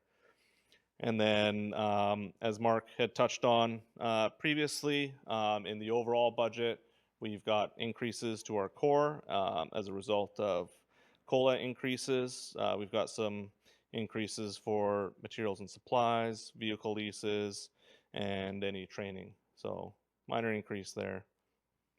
And then moving into the utilities budget, this budget is seeing roughly about a 12% increase, and it's mostly due to growth, mostly due to growth and among other things. But we've got increases for our sewer plant system equipment, any replacements and upgrades that are required there. We've got increase for our water system, and so this one, it's more sorry, I don't have my note on that one, but there are increases as a result of growth for that one. And then we've also, for the water system, we're also adding some funds there for our water distribution system monitoring. We're looking to install some new, what they call eye hydrants at select locations. And so that'll help us monitor pressure on the water distribution mains. And then on the drainage infrastructure side, we've got increases there as a result of growth, more treatment units being installed that we need to take care of. And we were a bit under budget for the storm outfall cleaning program that we undertook last year, so we had to do some increases there. And then as far as the waste and garbage collection, that one is growth related. As more units are added into the TFN community, the costs for waste and garbage collection go up. We've also added a little bit of funds here to help us with some of the illegal dumping that's going on in the community. So we've added a little bit there so that we can contract out some garbage disposal as we need it. And then another small increase for just sewer plant activities. And so that's for like flushing activities and stuff like that, generator maintenance. So as we continue to develop, we've got more and more generators to maintain. So we've got to put more effort into the contracted services to support that. And then we've got a big increase on the core. And so this covers increases for COLA. We've also, in past years, we hadn't included in the budget for our on-call expenses for our staff. And in order to keep those systems functioning 24 hours, we do require to have staff on call for that program. So we've added some funds there to properly allocate funding for that. And then the other big one on the core is the increases to our water services agreement with Metro Vancouver. As we have more population, the cost to get water delivered to our jurisdiction from Metro Vancouver goes up. There's also increasing rates from Metro Vancouver, as well as the implementation of seasonal rates that we have to contend with now. So we've seen some increases there. Moving into the development engineering side, it's a relatively big increase for this budget, 23%. And so this department undertakes the review of proposed developments to ensure that TFN standards are being met and developers and contractors are building to the appropriate infrastructure as per our requirements. And so we've got some increase, or sorry, we got a bit of a decrease on the permit reviews and inspections section, and that's because we no longer have a physical haul road that we need to maintain. There used to be a haul road that ran through where Dragonfly is now, and TFN was responsible to upkeep that and keep the truck wash up and going. We no longer have that, so that's why we have a bit of a decrease there. And then we've got an increase on general engineering. This particular area was formerly known as just GIS support, so we've added a few things in here. Part of the increase we see is that we've pulled mosquito control out of our service agreement budget and reallocated it here as it better fits with just engineering rather than a service agreement. And then we've got some additional funds to start developing an asset management program. And we've got some grant funds to support some of that, but we've also got some additional funds from TFN to continue to build that out. And then we've got a small pot for any additional funds that engineering may need for consulting services or anything like that. And then the core, we've got a big increase here, and this is to cover the COLA increases, as with all the other budgets, as well as a new position, the asset management technician. And so we don't currently have one, and as we continue to add more and more assets to TFN's repertoire, we have to start planning appropriately for maintenance and planning appropriately to set aside funds for the replacement of our assets. So that position will help lead that. And then we've got yeah, those are the core increases there. And then onto government facilities. A 9% increase for government facilities. And so we've increased our operations and janitorial. And the increase here is only to cover additional cleaning for events. What we're finding is our facilities are being used for events more often, and so we're under budget to keep up with event cleaning. So we've added a little bit of money there. And then again, COLA increases, core, we've got increases there for COLA, and we've also got some minor increases for security and some bump ups for vehicle leases to keep up with rates. On the programs and capital projects side, so this is the budget to staff our programs and capital works, as well as a couple other things like our Stehaken Bluff monitoring program. And so we've got a minor decrease here. And the decrease here is because we only do Stehaken Bluff monitoring once every 2 years. So we're undergoing the bluff monitoring during this fiscal year, and we don't need to do the biannual bluff monitoring next year. So we got a decrease there. We've kept some funds for emergent issues that pop up on the bluff so that we can perform some inspections and get some professional opinions about any emergent issues that come up. And then just some minor increases on the core to reflect COLA.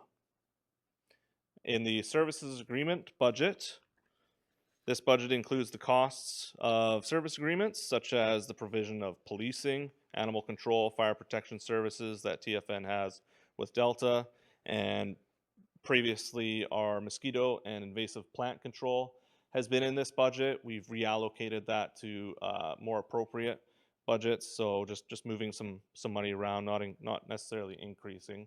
So down at the bottom, you'll see that there's a decrease there. And then we've got growth-related increases to police services and fire protection services and animal control. And that's it. Thank you. Heichka, Sean, that is a whirlwind of presentations and a very thorough presentation of the activities for Schedule 3A. I'd now like to open up the floor for legislatures that might have any questions or comments regarding Sean's presentation of Schedule 3A. Legislature Halkomatia.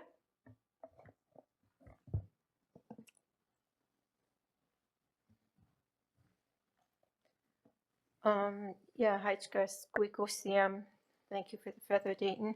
I was just wondering, in our budget that we were provided electronically in front and computers in front of us, that second last one, the core was only 74,000 and only a 12.43 increase, whereas the presentation on the big screen was 23.12. And the core was 230,000. And I heard you say that it's a new position for asset manager. Was that just missed in the budget that we have? Thanks. Heichka Legislature Halkomatia, always the bottom line lady.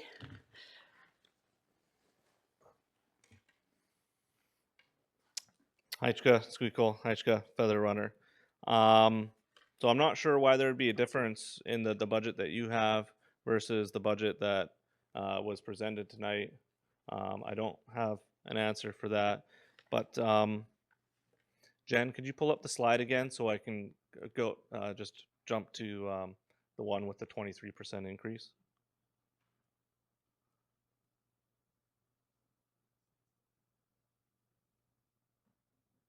So yeah, the development engineering budget, 23% increase. Just give me a sec while I flip to my notes. There's a reason I bring these notes to these meetings or these presentations. So the core,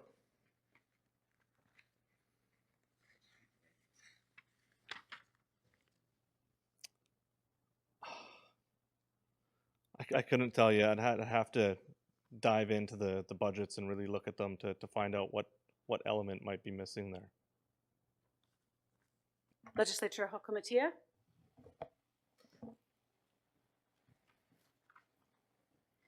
Can I recommend we have a break and then try to find out the difference of which one is correct? Heichka. Heichka, I think that's an excellent idea, Halkomatia, because I don't think we can proceed until we are sure what is going to be voted on. So I call for a 10-minute break, and then Sean and maybe Halkomatia and Mark can figure out what is the correct version and whether or not the Appropriation Act schedule that we'll be voting on where the correct number is. So thank you, Heichka. Break time.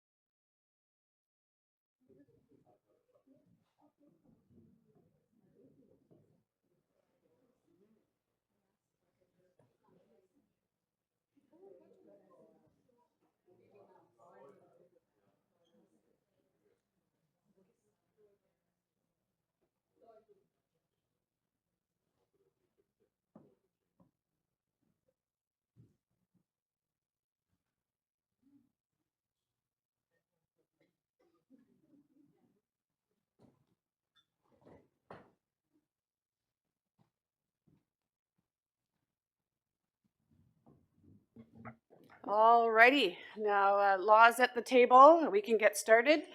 Sean, can we call you back up for, so we can finish off the issue that caused the break, and then open up the floor for any other questions that legislators might have.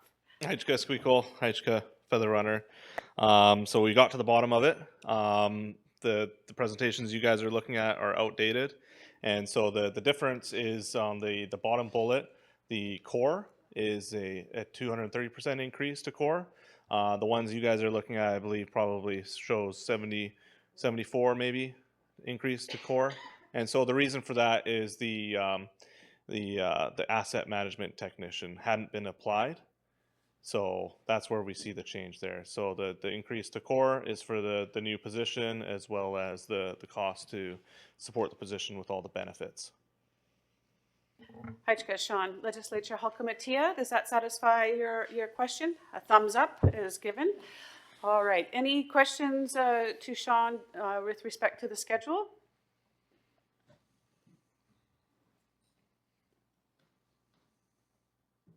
Legislature Laqualia.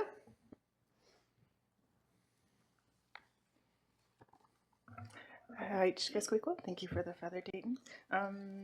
My question is the increase for animal control and fire protection services. Why? Why have they gone up specifically for the fire protection services? And yeah, that's it. Thanks.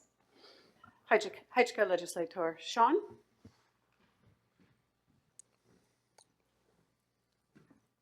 Heichka Squeakle. So these budget elements, they increase with population growth. And so as the population grows, these budgets continue to grow as well. Heichka. Any additional questions, curiosities, comments?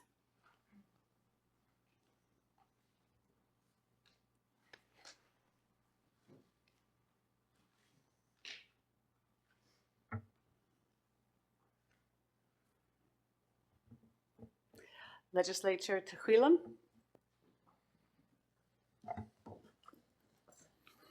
Heichka Dayton, Heichka Sean for the presentation. Just curious, I forget where we're at right now for what would the total be for the policing services? Probably around 3 million, or I forget where that's at right now. Thanks. Heichka Legislator Sean. Heichka Squeakle. Thank you for the question. So policing services, the total for that one is 2.3 million. Heichka.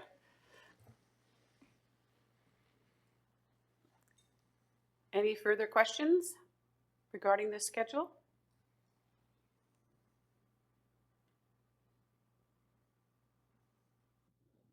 I'm sure Sean enjoys standing here waiting for us to pepper him with any more of our questions, but given that we've had some really good presentation and some good questions, I want to thank legislatures for the questions that you've provided. But I think then if there are no further questions, as she waits patiently for another opportunity for someone to raise their hand, then I will invite Legislator Pelihuia to read the motion. Once she has read the motion, I will call for a mover and seconder. And once that's been done, I will ask for a vote. And please raise your hands high. I will ask for those in favor. And then I will ask for those that are not in favor. And then I will ask Legislator Marianne for her verbal assent or dissent. Legislator Pelihuia. Heichka Squeakle. Motion to move Schedule 3A, the Local Government Lands and Engineering Schedule of Bill 001-2024 to third reading. Whereas the Tsawwassen Legislature has the authority under Section 512C of the Constitution Act to enact Tsawwassen laws, and whereas the Tsawwassen Legislature under Section 24(2) of the Financial Administration Act must approve the annual budget, and whereas under the Legislature Rules and Procedures Manual, Section 25, each bill must receive 3 separate readings. And whereas the Legislature resolved on February 15th, 2024, that each schedule of Bill 001, 2024 be reviewed, debated, and voted on separately during second reading. Therefore, be it moved that the Tsawwassen Legislature move Schedule 3A, the Local Government, Lands, and Engineering Schedule, to third reading. Hajka Palihuya. May I have a mover, please? Legislature Taylor. May I have a seconder? Legislature Lucolia. All in favor, please raise your hands high. Hajka. Legislator Marianne. I'm in favor. The motion has been passed unanimously. This bill has now been moved to third reading. Hajka legislatures. At this point, I was going to ask for a break, but no, you don't get another break. We're going to move now to Schedule 3B. We're going to now move to the second reading of Schedule 3B, the Local Government Lands and Planning Schedule of Bill 001, 2024. I would now like to invite a different speaker. Sean's done enough work for the evening, he can rest. And invite Director of Lands, Komal Shask, to present the Schedule 3B. Komal? Hajka Dayton, Hajka Squeakle CM. Tonight, we will look at the Appropriations Act for 2024-2025 for Local Government, Lands and Planning, Schedule 3B. The Lands Department consists of several different functions, and the local government side of it includes 4 major sections under Schedule 3B, and the member side of the Lands Department comes under Schedule 10, Member Land Services. So if you look at the trends for the past year, we've been trying consistently to actually reduce our budget and increase efficiencies. This is a direct result of staffing up of the Lands Department about 6 years ago. And for the next year as well, I'm happy to report that our overall budget for Schedule 3B, there are no increases except the COLA changes to our staffing allocation. And in terms of revenue, I did want to touch a little bit on revenue. So Tsawwassen Lands have seen exponential expansion over the last little while. In fact, in the last census, we had 176% growth. But the pace of that development is slowing down now. And so next year, we will see a corresponding decrease in the revenues that we get from the development permits and such. And alongside, we have no additional allocations in the budget except for the COLA. And then the year-over-year comparison here shows the change in the different sections within the lands budget. So the first section is Lands Planning Administration. This is the core of the Lands Department that undertakes all the permits and looks at sign permits, film permits, dog licenses, all the good stuff, and provides the administrative functions of the Lands Department. So there's a minor change in this section, and that's all from COLA. The next section is building permits and bylaw enforcement, and their key function is to ensure that all of our development is in accordance with the laws that we adopted at treaty, and that all of our new community residents, all of the development as well as the residents are in compliance with our bylaws. And there's an increase in this budget, but that's again due to internal adjustments within the Lands Department budget. There's no changes to the overall budget. Development planning applications. This is our planning team that takes care of all the leasehold development.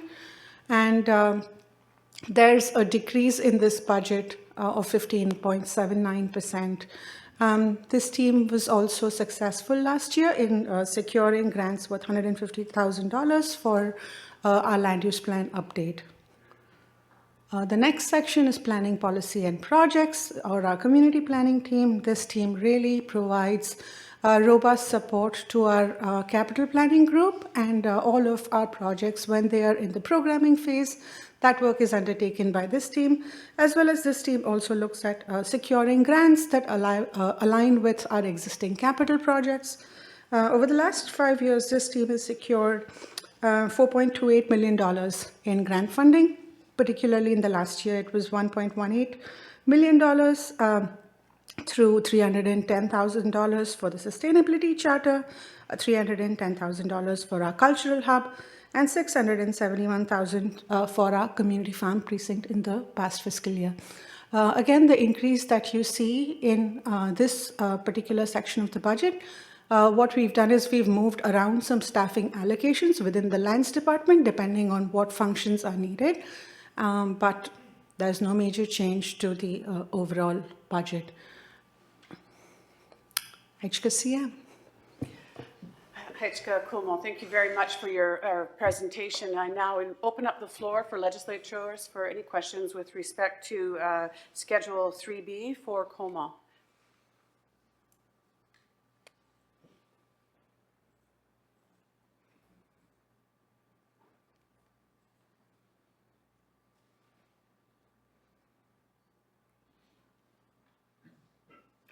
Legislator Tehuilam. Y'all the ones. Actually, Yothi ones, but I know that's kind of a hard one to pronounce. It's okay. So just trying to ones. Keep correcting me. Yothi ones. Friendly correction. Yothi ones. Yothi ones. Yeah. Yeah. Thanks, Kamal, for the presentation. Really good work. Just no questions. Just a comment. Just really happy about all of the funds that are being accessed to accommodate these projects that are these very important big projects that we have underway. So just commending you and your team for accessing those funds through those grants and everything like that. It's great to hear that it's upwards around 4.8 million, as you just mentioned. So thank you for that, Hechka. Hechka Yuan. Any other questions, comments? Legislator Sultanat. Hechka Squeakle, Hechka Featherrunner, and Kamal, thank you. I wasn't going to ask any questions, but just a little bit of clarity. How many enforcement officers do we have? And building inspectors? You know, are they still under your department? Okay, thank you. Hechka Sultanat. Komal. Hechka Squeakle CM, Hechka Dayton, Hechka Legislator Sultanat for your question. We have 3 bylaw officers right now, and they are within the Lands Department. Hechka Komal. Are there any other questions for Schedule B for 3B for Komal? She's here and ready and waiting and eager to answer your questions.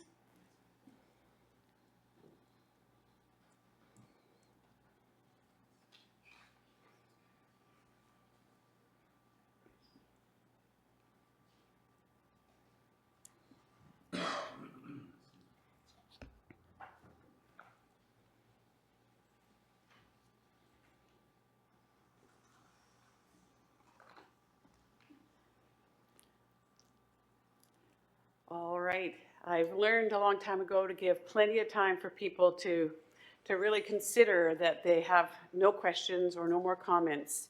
Sometimes it just takes a little bit of thinking about how to formulate a question, and that little extra bit of time helps you formulate that question.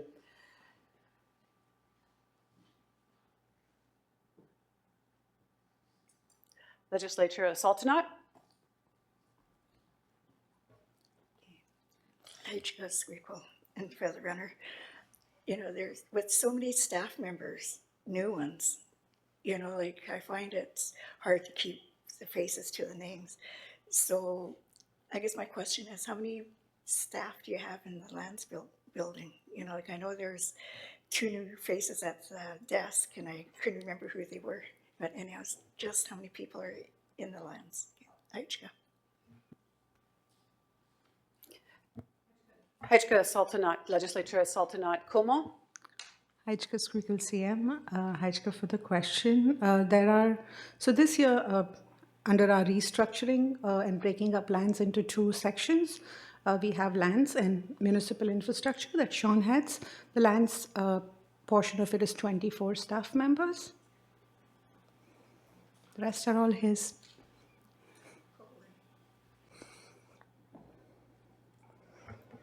Thank you, Como.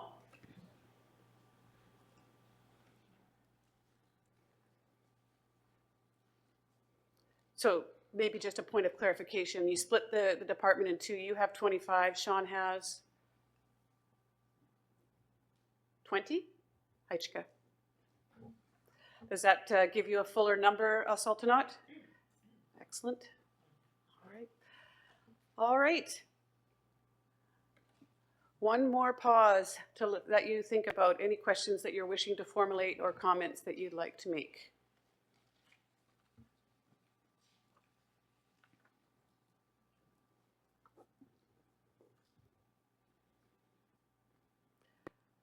I don't know. I think Komal, Sean's going to be a little bit jealous that you didn't have as many questions as he did, and your time up at the mic is a little shorter. But that's okay. I understand that we've got you for another presentation after this.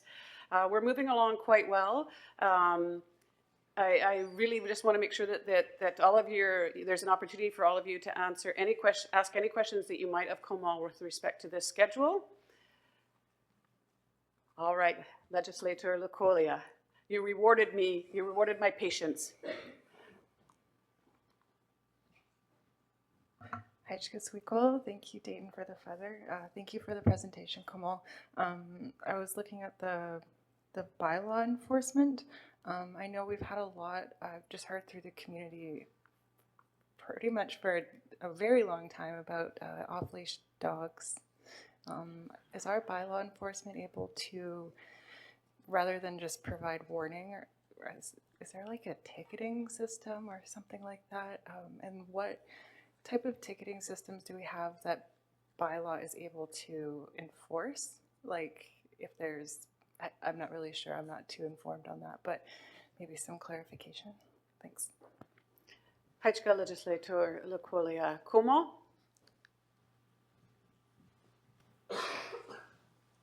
Hajka Dayton, Hajka Squeakle CM, and Hajka Legislator Lecolia for the question. We have our enforcement philosophy is based on outreach first, then education, then warning, and then penalizing through tickets. Off-leash dogs is a huge problem. We have generated we have responded to a number of complaints last year. They also file a quarterly report of the issues, and in the good weather that escalates. We are also working very closely with our Natural Resources Enforcement team. So there's cross coverage between the bylaw officers as well as the NREO. And it's an ongoing problem. Another way to deal with it would be increasing the penalties for off-leash dogs, and we are looking at that through revising some regulations as well. Hajka. Hajka for the question, and thank you for the response, Komal. Well, one could hope that if any of those dogs are some of our members, that we could support our members in helping their dogs stay on leash, and et cetera, et cetera.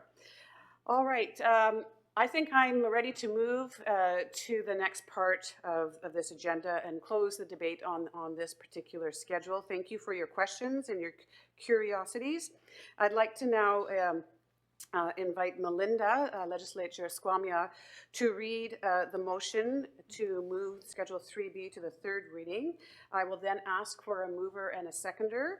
And once that's done, I will ask for a vote, and you raise your hands very high if you're in favor, and if it's not unanimous by that point, I'll ask for, if it's not in favor, and then I'll ask for a verbal assent or dissent to Legislature Marianne.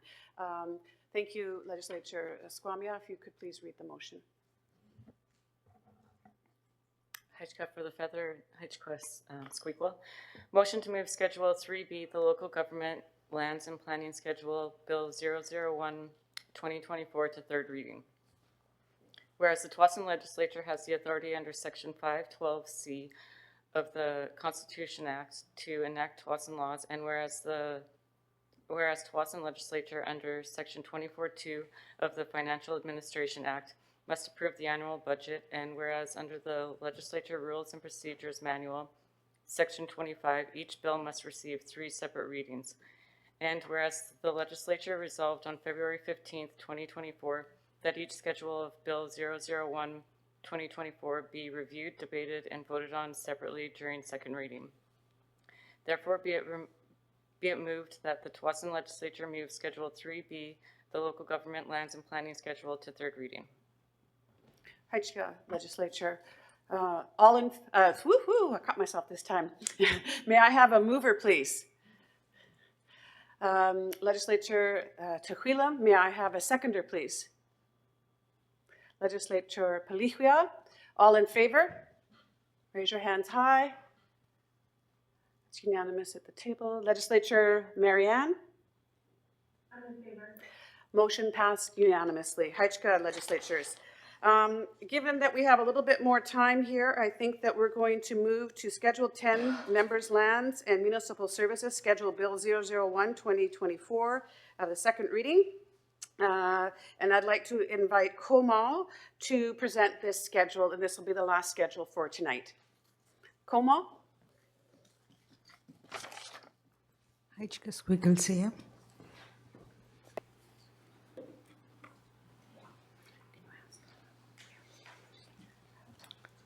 On to Schedule 10, Member Land Services. This includes 3 main sections. We have member facilities, member housing, and the canoe pass lands. So next, for the coming year, we have a 228.34% increase in revenue, and that's due to, again, a lot of intensive grant securing by the member lands, the member housing team. And there is a significant corresponding increase in the budget as well. The year-over-year change in budget is 54.66% increase, and we'll go through those changes.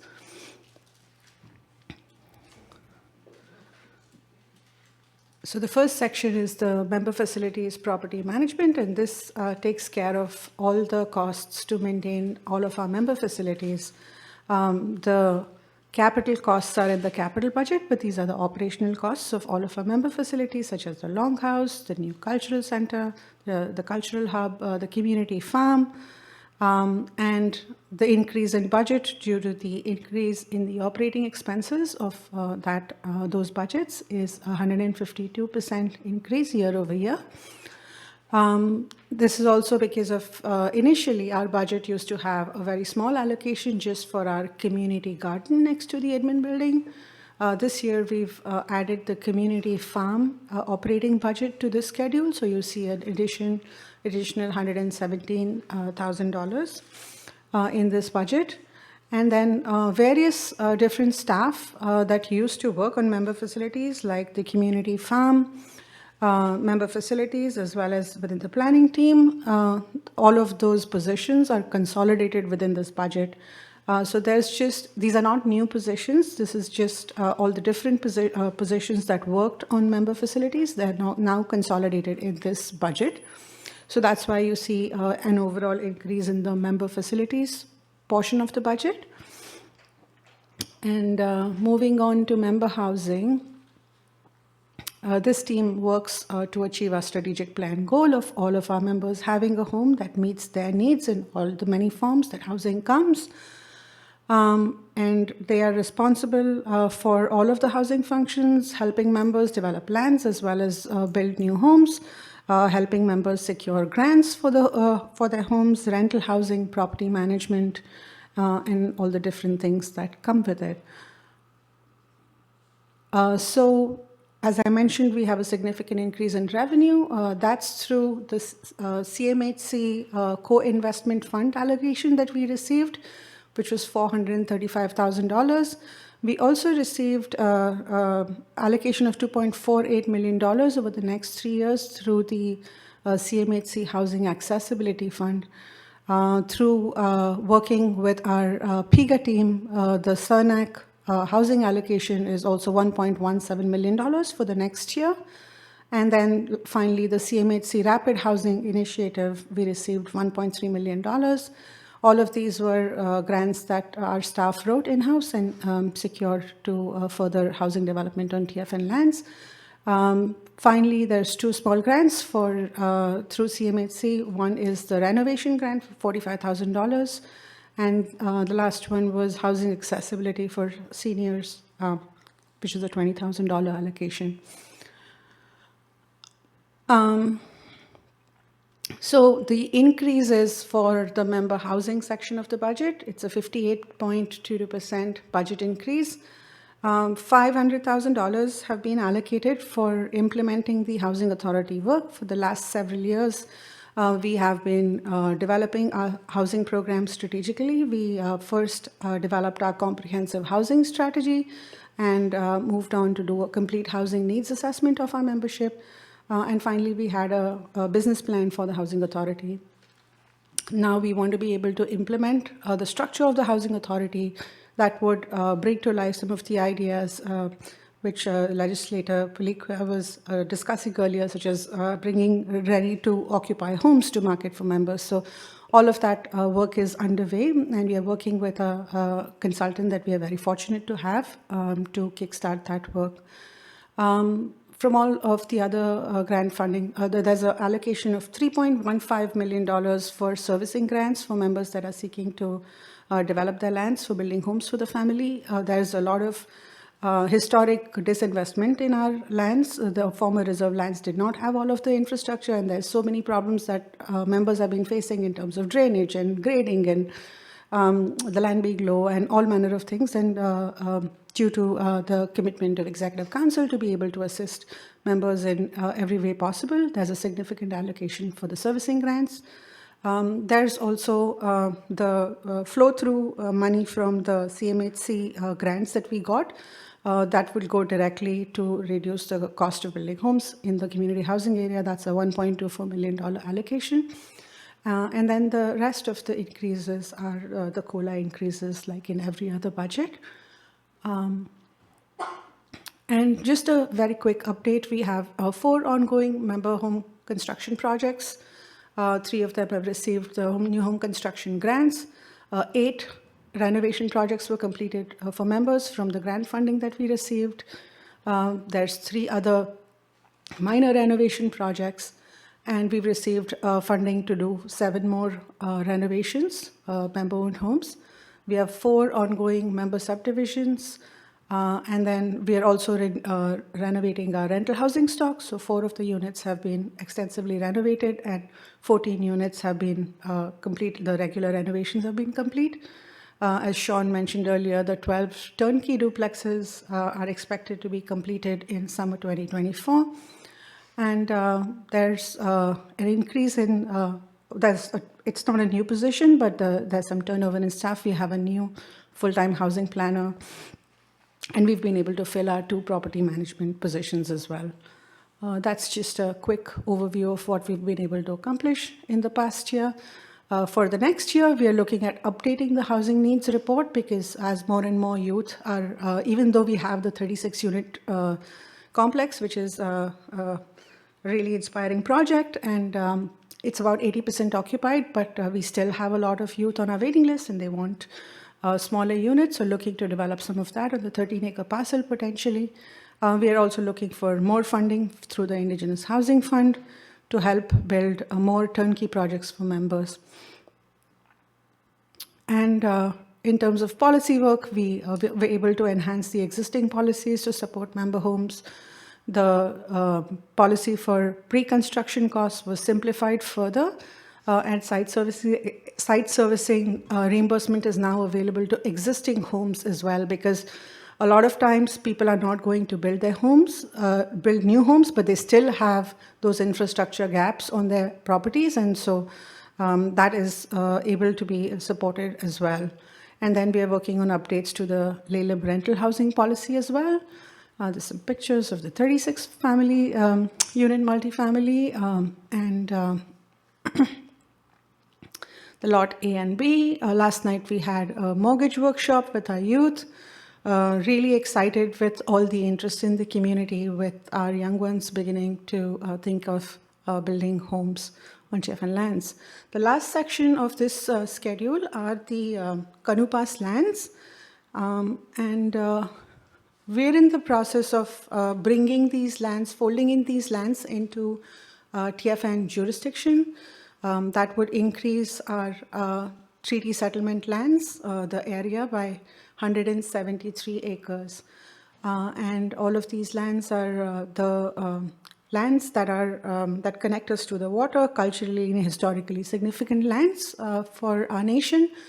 And the budget, particularly in this, is just for the loan interest. We had to buy these lands from the province in 2019 for $18.5 million. So $700,000 is for the loan interest. And the remaining money is for the maintenance of some rental buildings that we have over there, as well as some of the studies that we have to do to bring these lands into our jurisdiction. I believe that's all I have. Hajka CM, happy to take any questions. Hajka Komal for your very detailed presentation. I open the floor now to legislators for their questions and comments.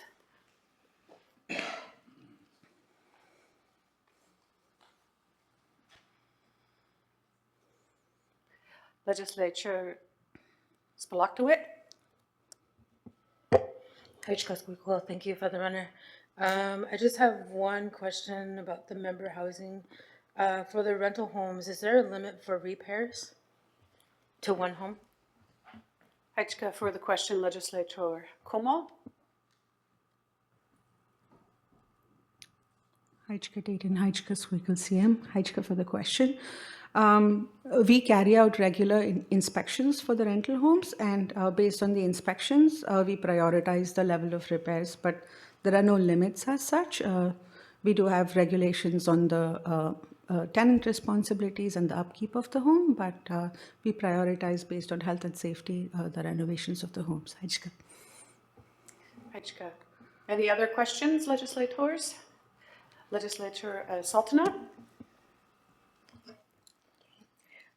Hajka Squeakle and Hajka Feather Runner and Kamal. So can you explain what the Rapid Housing Initiative is? You know, I never heard of that, so I'm just being nosy. Hajka. Hajka, Legislator Komal. Hajka Squeakle CM.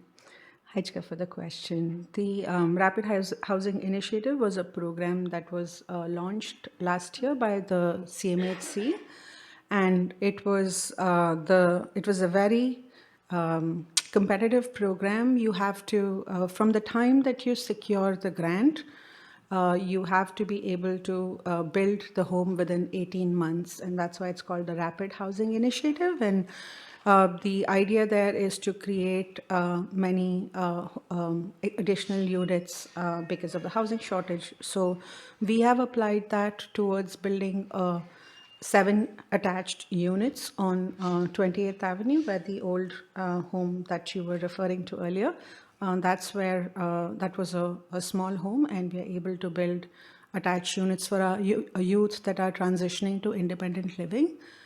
So there's a common kitchen area, but 7 suites, and that helps them to transition into independent living. Hajka. Hajka Komal. Any other questions? Legislator Laquolia.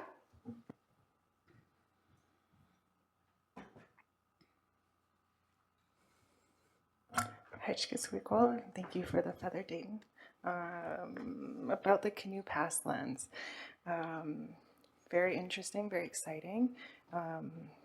I recall at the previous members gathering, your team held a workshop asking the community what they'd like to see. And I see that there's different land use studies and there's the maintenance on the buildings. So going back to that, the workshop, how far away are we in terms of years to seeing something come to fruition where we're actually able to implement some of the ideas? Is it the look on your face is a long way? No, not at all. Okay. Yeah, I'm just really curious because I know that we've renovated one of the homes for respite housing. Is that correct? Okay. Yeah, that's all. Hechka. Hechka, Legislator Lequolia, como? Maybe a little more clear answer than the nodding head. Hechka Squeakle CM and Hechka for the question. I'm the eternal optimist here. So despite it being a federal election year and a provincial election year, we have to work with our treaty partners to fold these lands into our jurisdiction. And we are well on our way.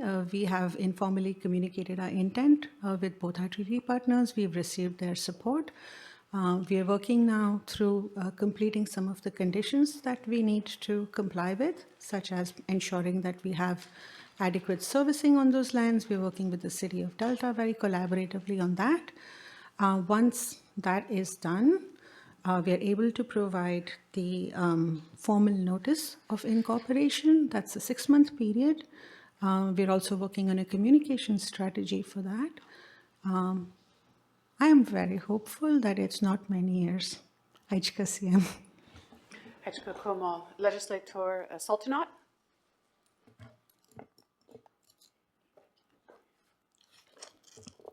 Hechka Squeakle and Feather Runner. How will the duplexes be landscaped, before the tenants move in? And how many rentals on the treaty lands do we have? Okay, Hechka. Hechka Legislator como. I have to do some quick math here. Hechka Squeakle CM. Don't forget to use your toes. We have 36 new units, the old sixplex, the new sixplex, and then 4 homes on our treaty settlement lands. Did you answer her first question?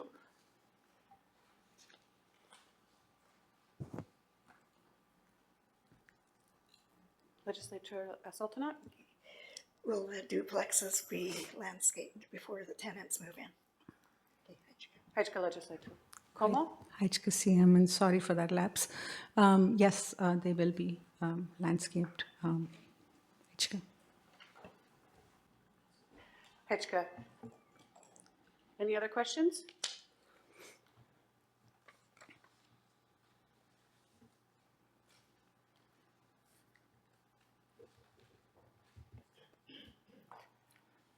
All right.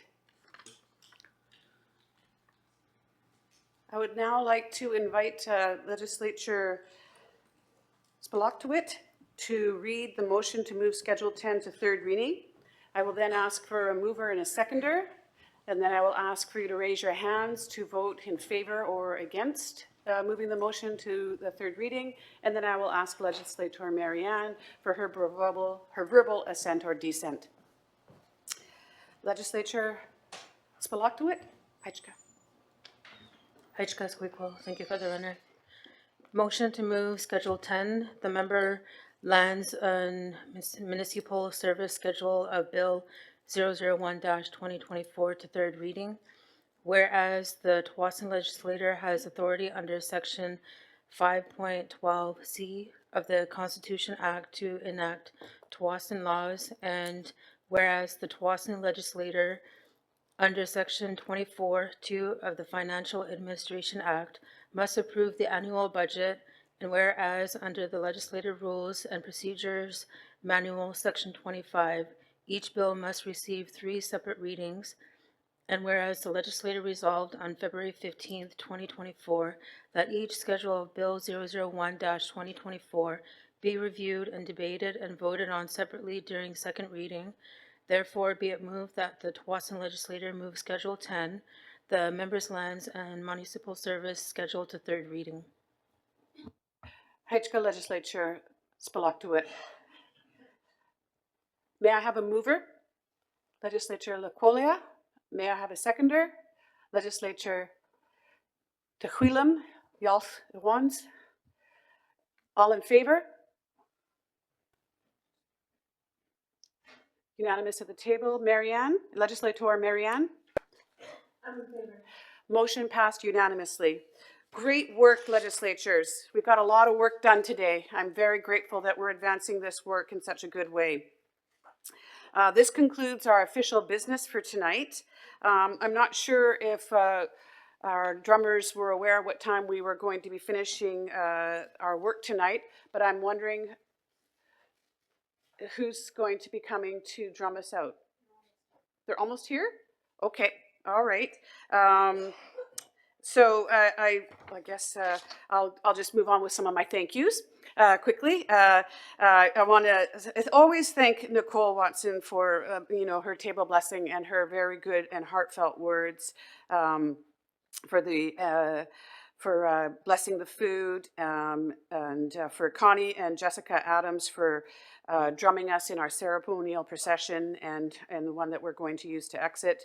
And I'm really happy to see Dayton here. Dayton, we kept you busy. We could have been busier, but we kept you busy enough, so that's good. We're warming up your runners, so that's really good. And thank you to Yums Catering for their thoughtful menu and their food choices, for making sure that our bodies are nourished.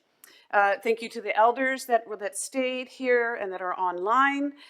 Thank you to our advisory council members that are in here in person, and if there are any that were viewing us online, and staff and members and guests as well. We're really grateful for that support. Your presence means a lot to us. We've done a lot of hard work this week, meeting after meeting. Our staff have been presenting for 3 days in a row, back to back to back, and so they've earned a good restful weekend when we get to it. And I wish you all a very happy and safe weekend with your family and your loved ones as well. And we now will move with our ceremonial exit procession with Connie and Jessica Adams as we remove our feathers from the mantle. Haichka OCM, and thank you for the privilege of being your Squeakquel.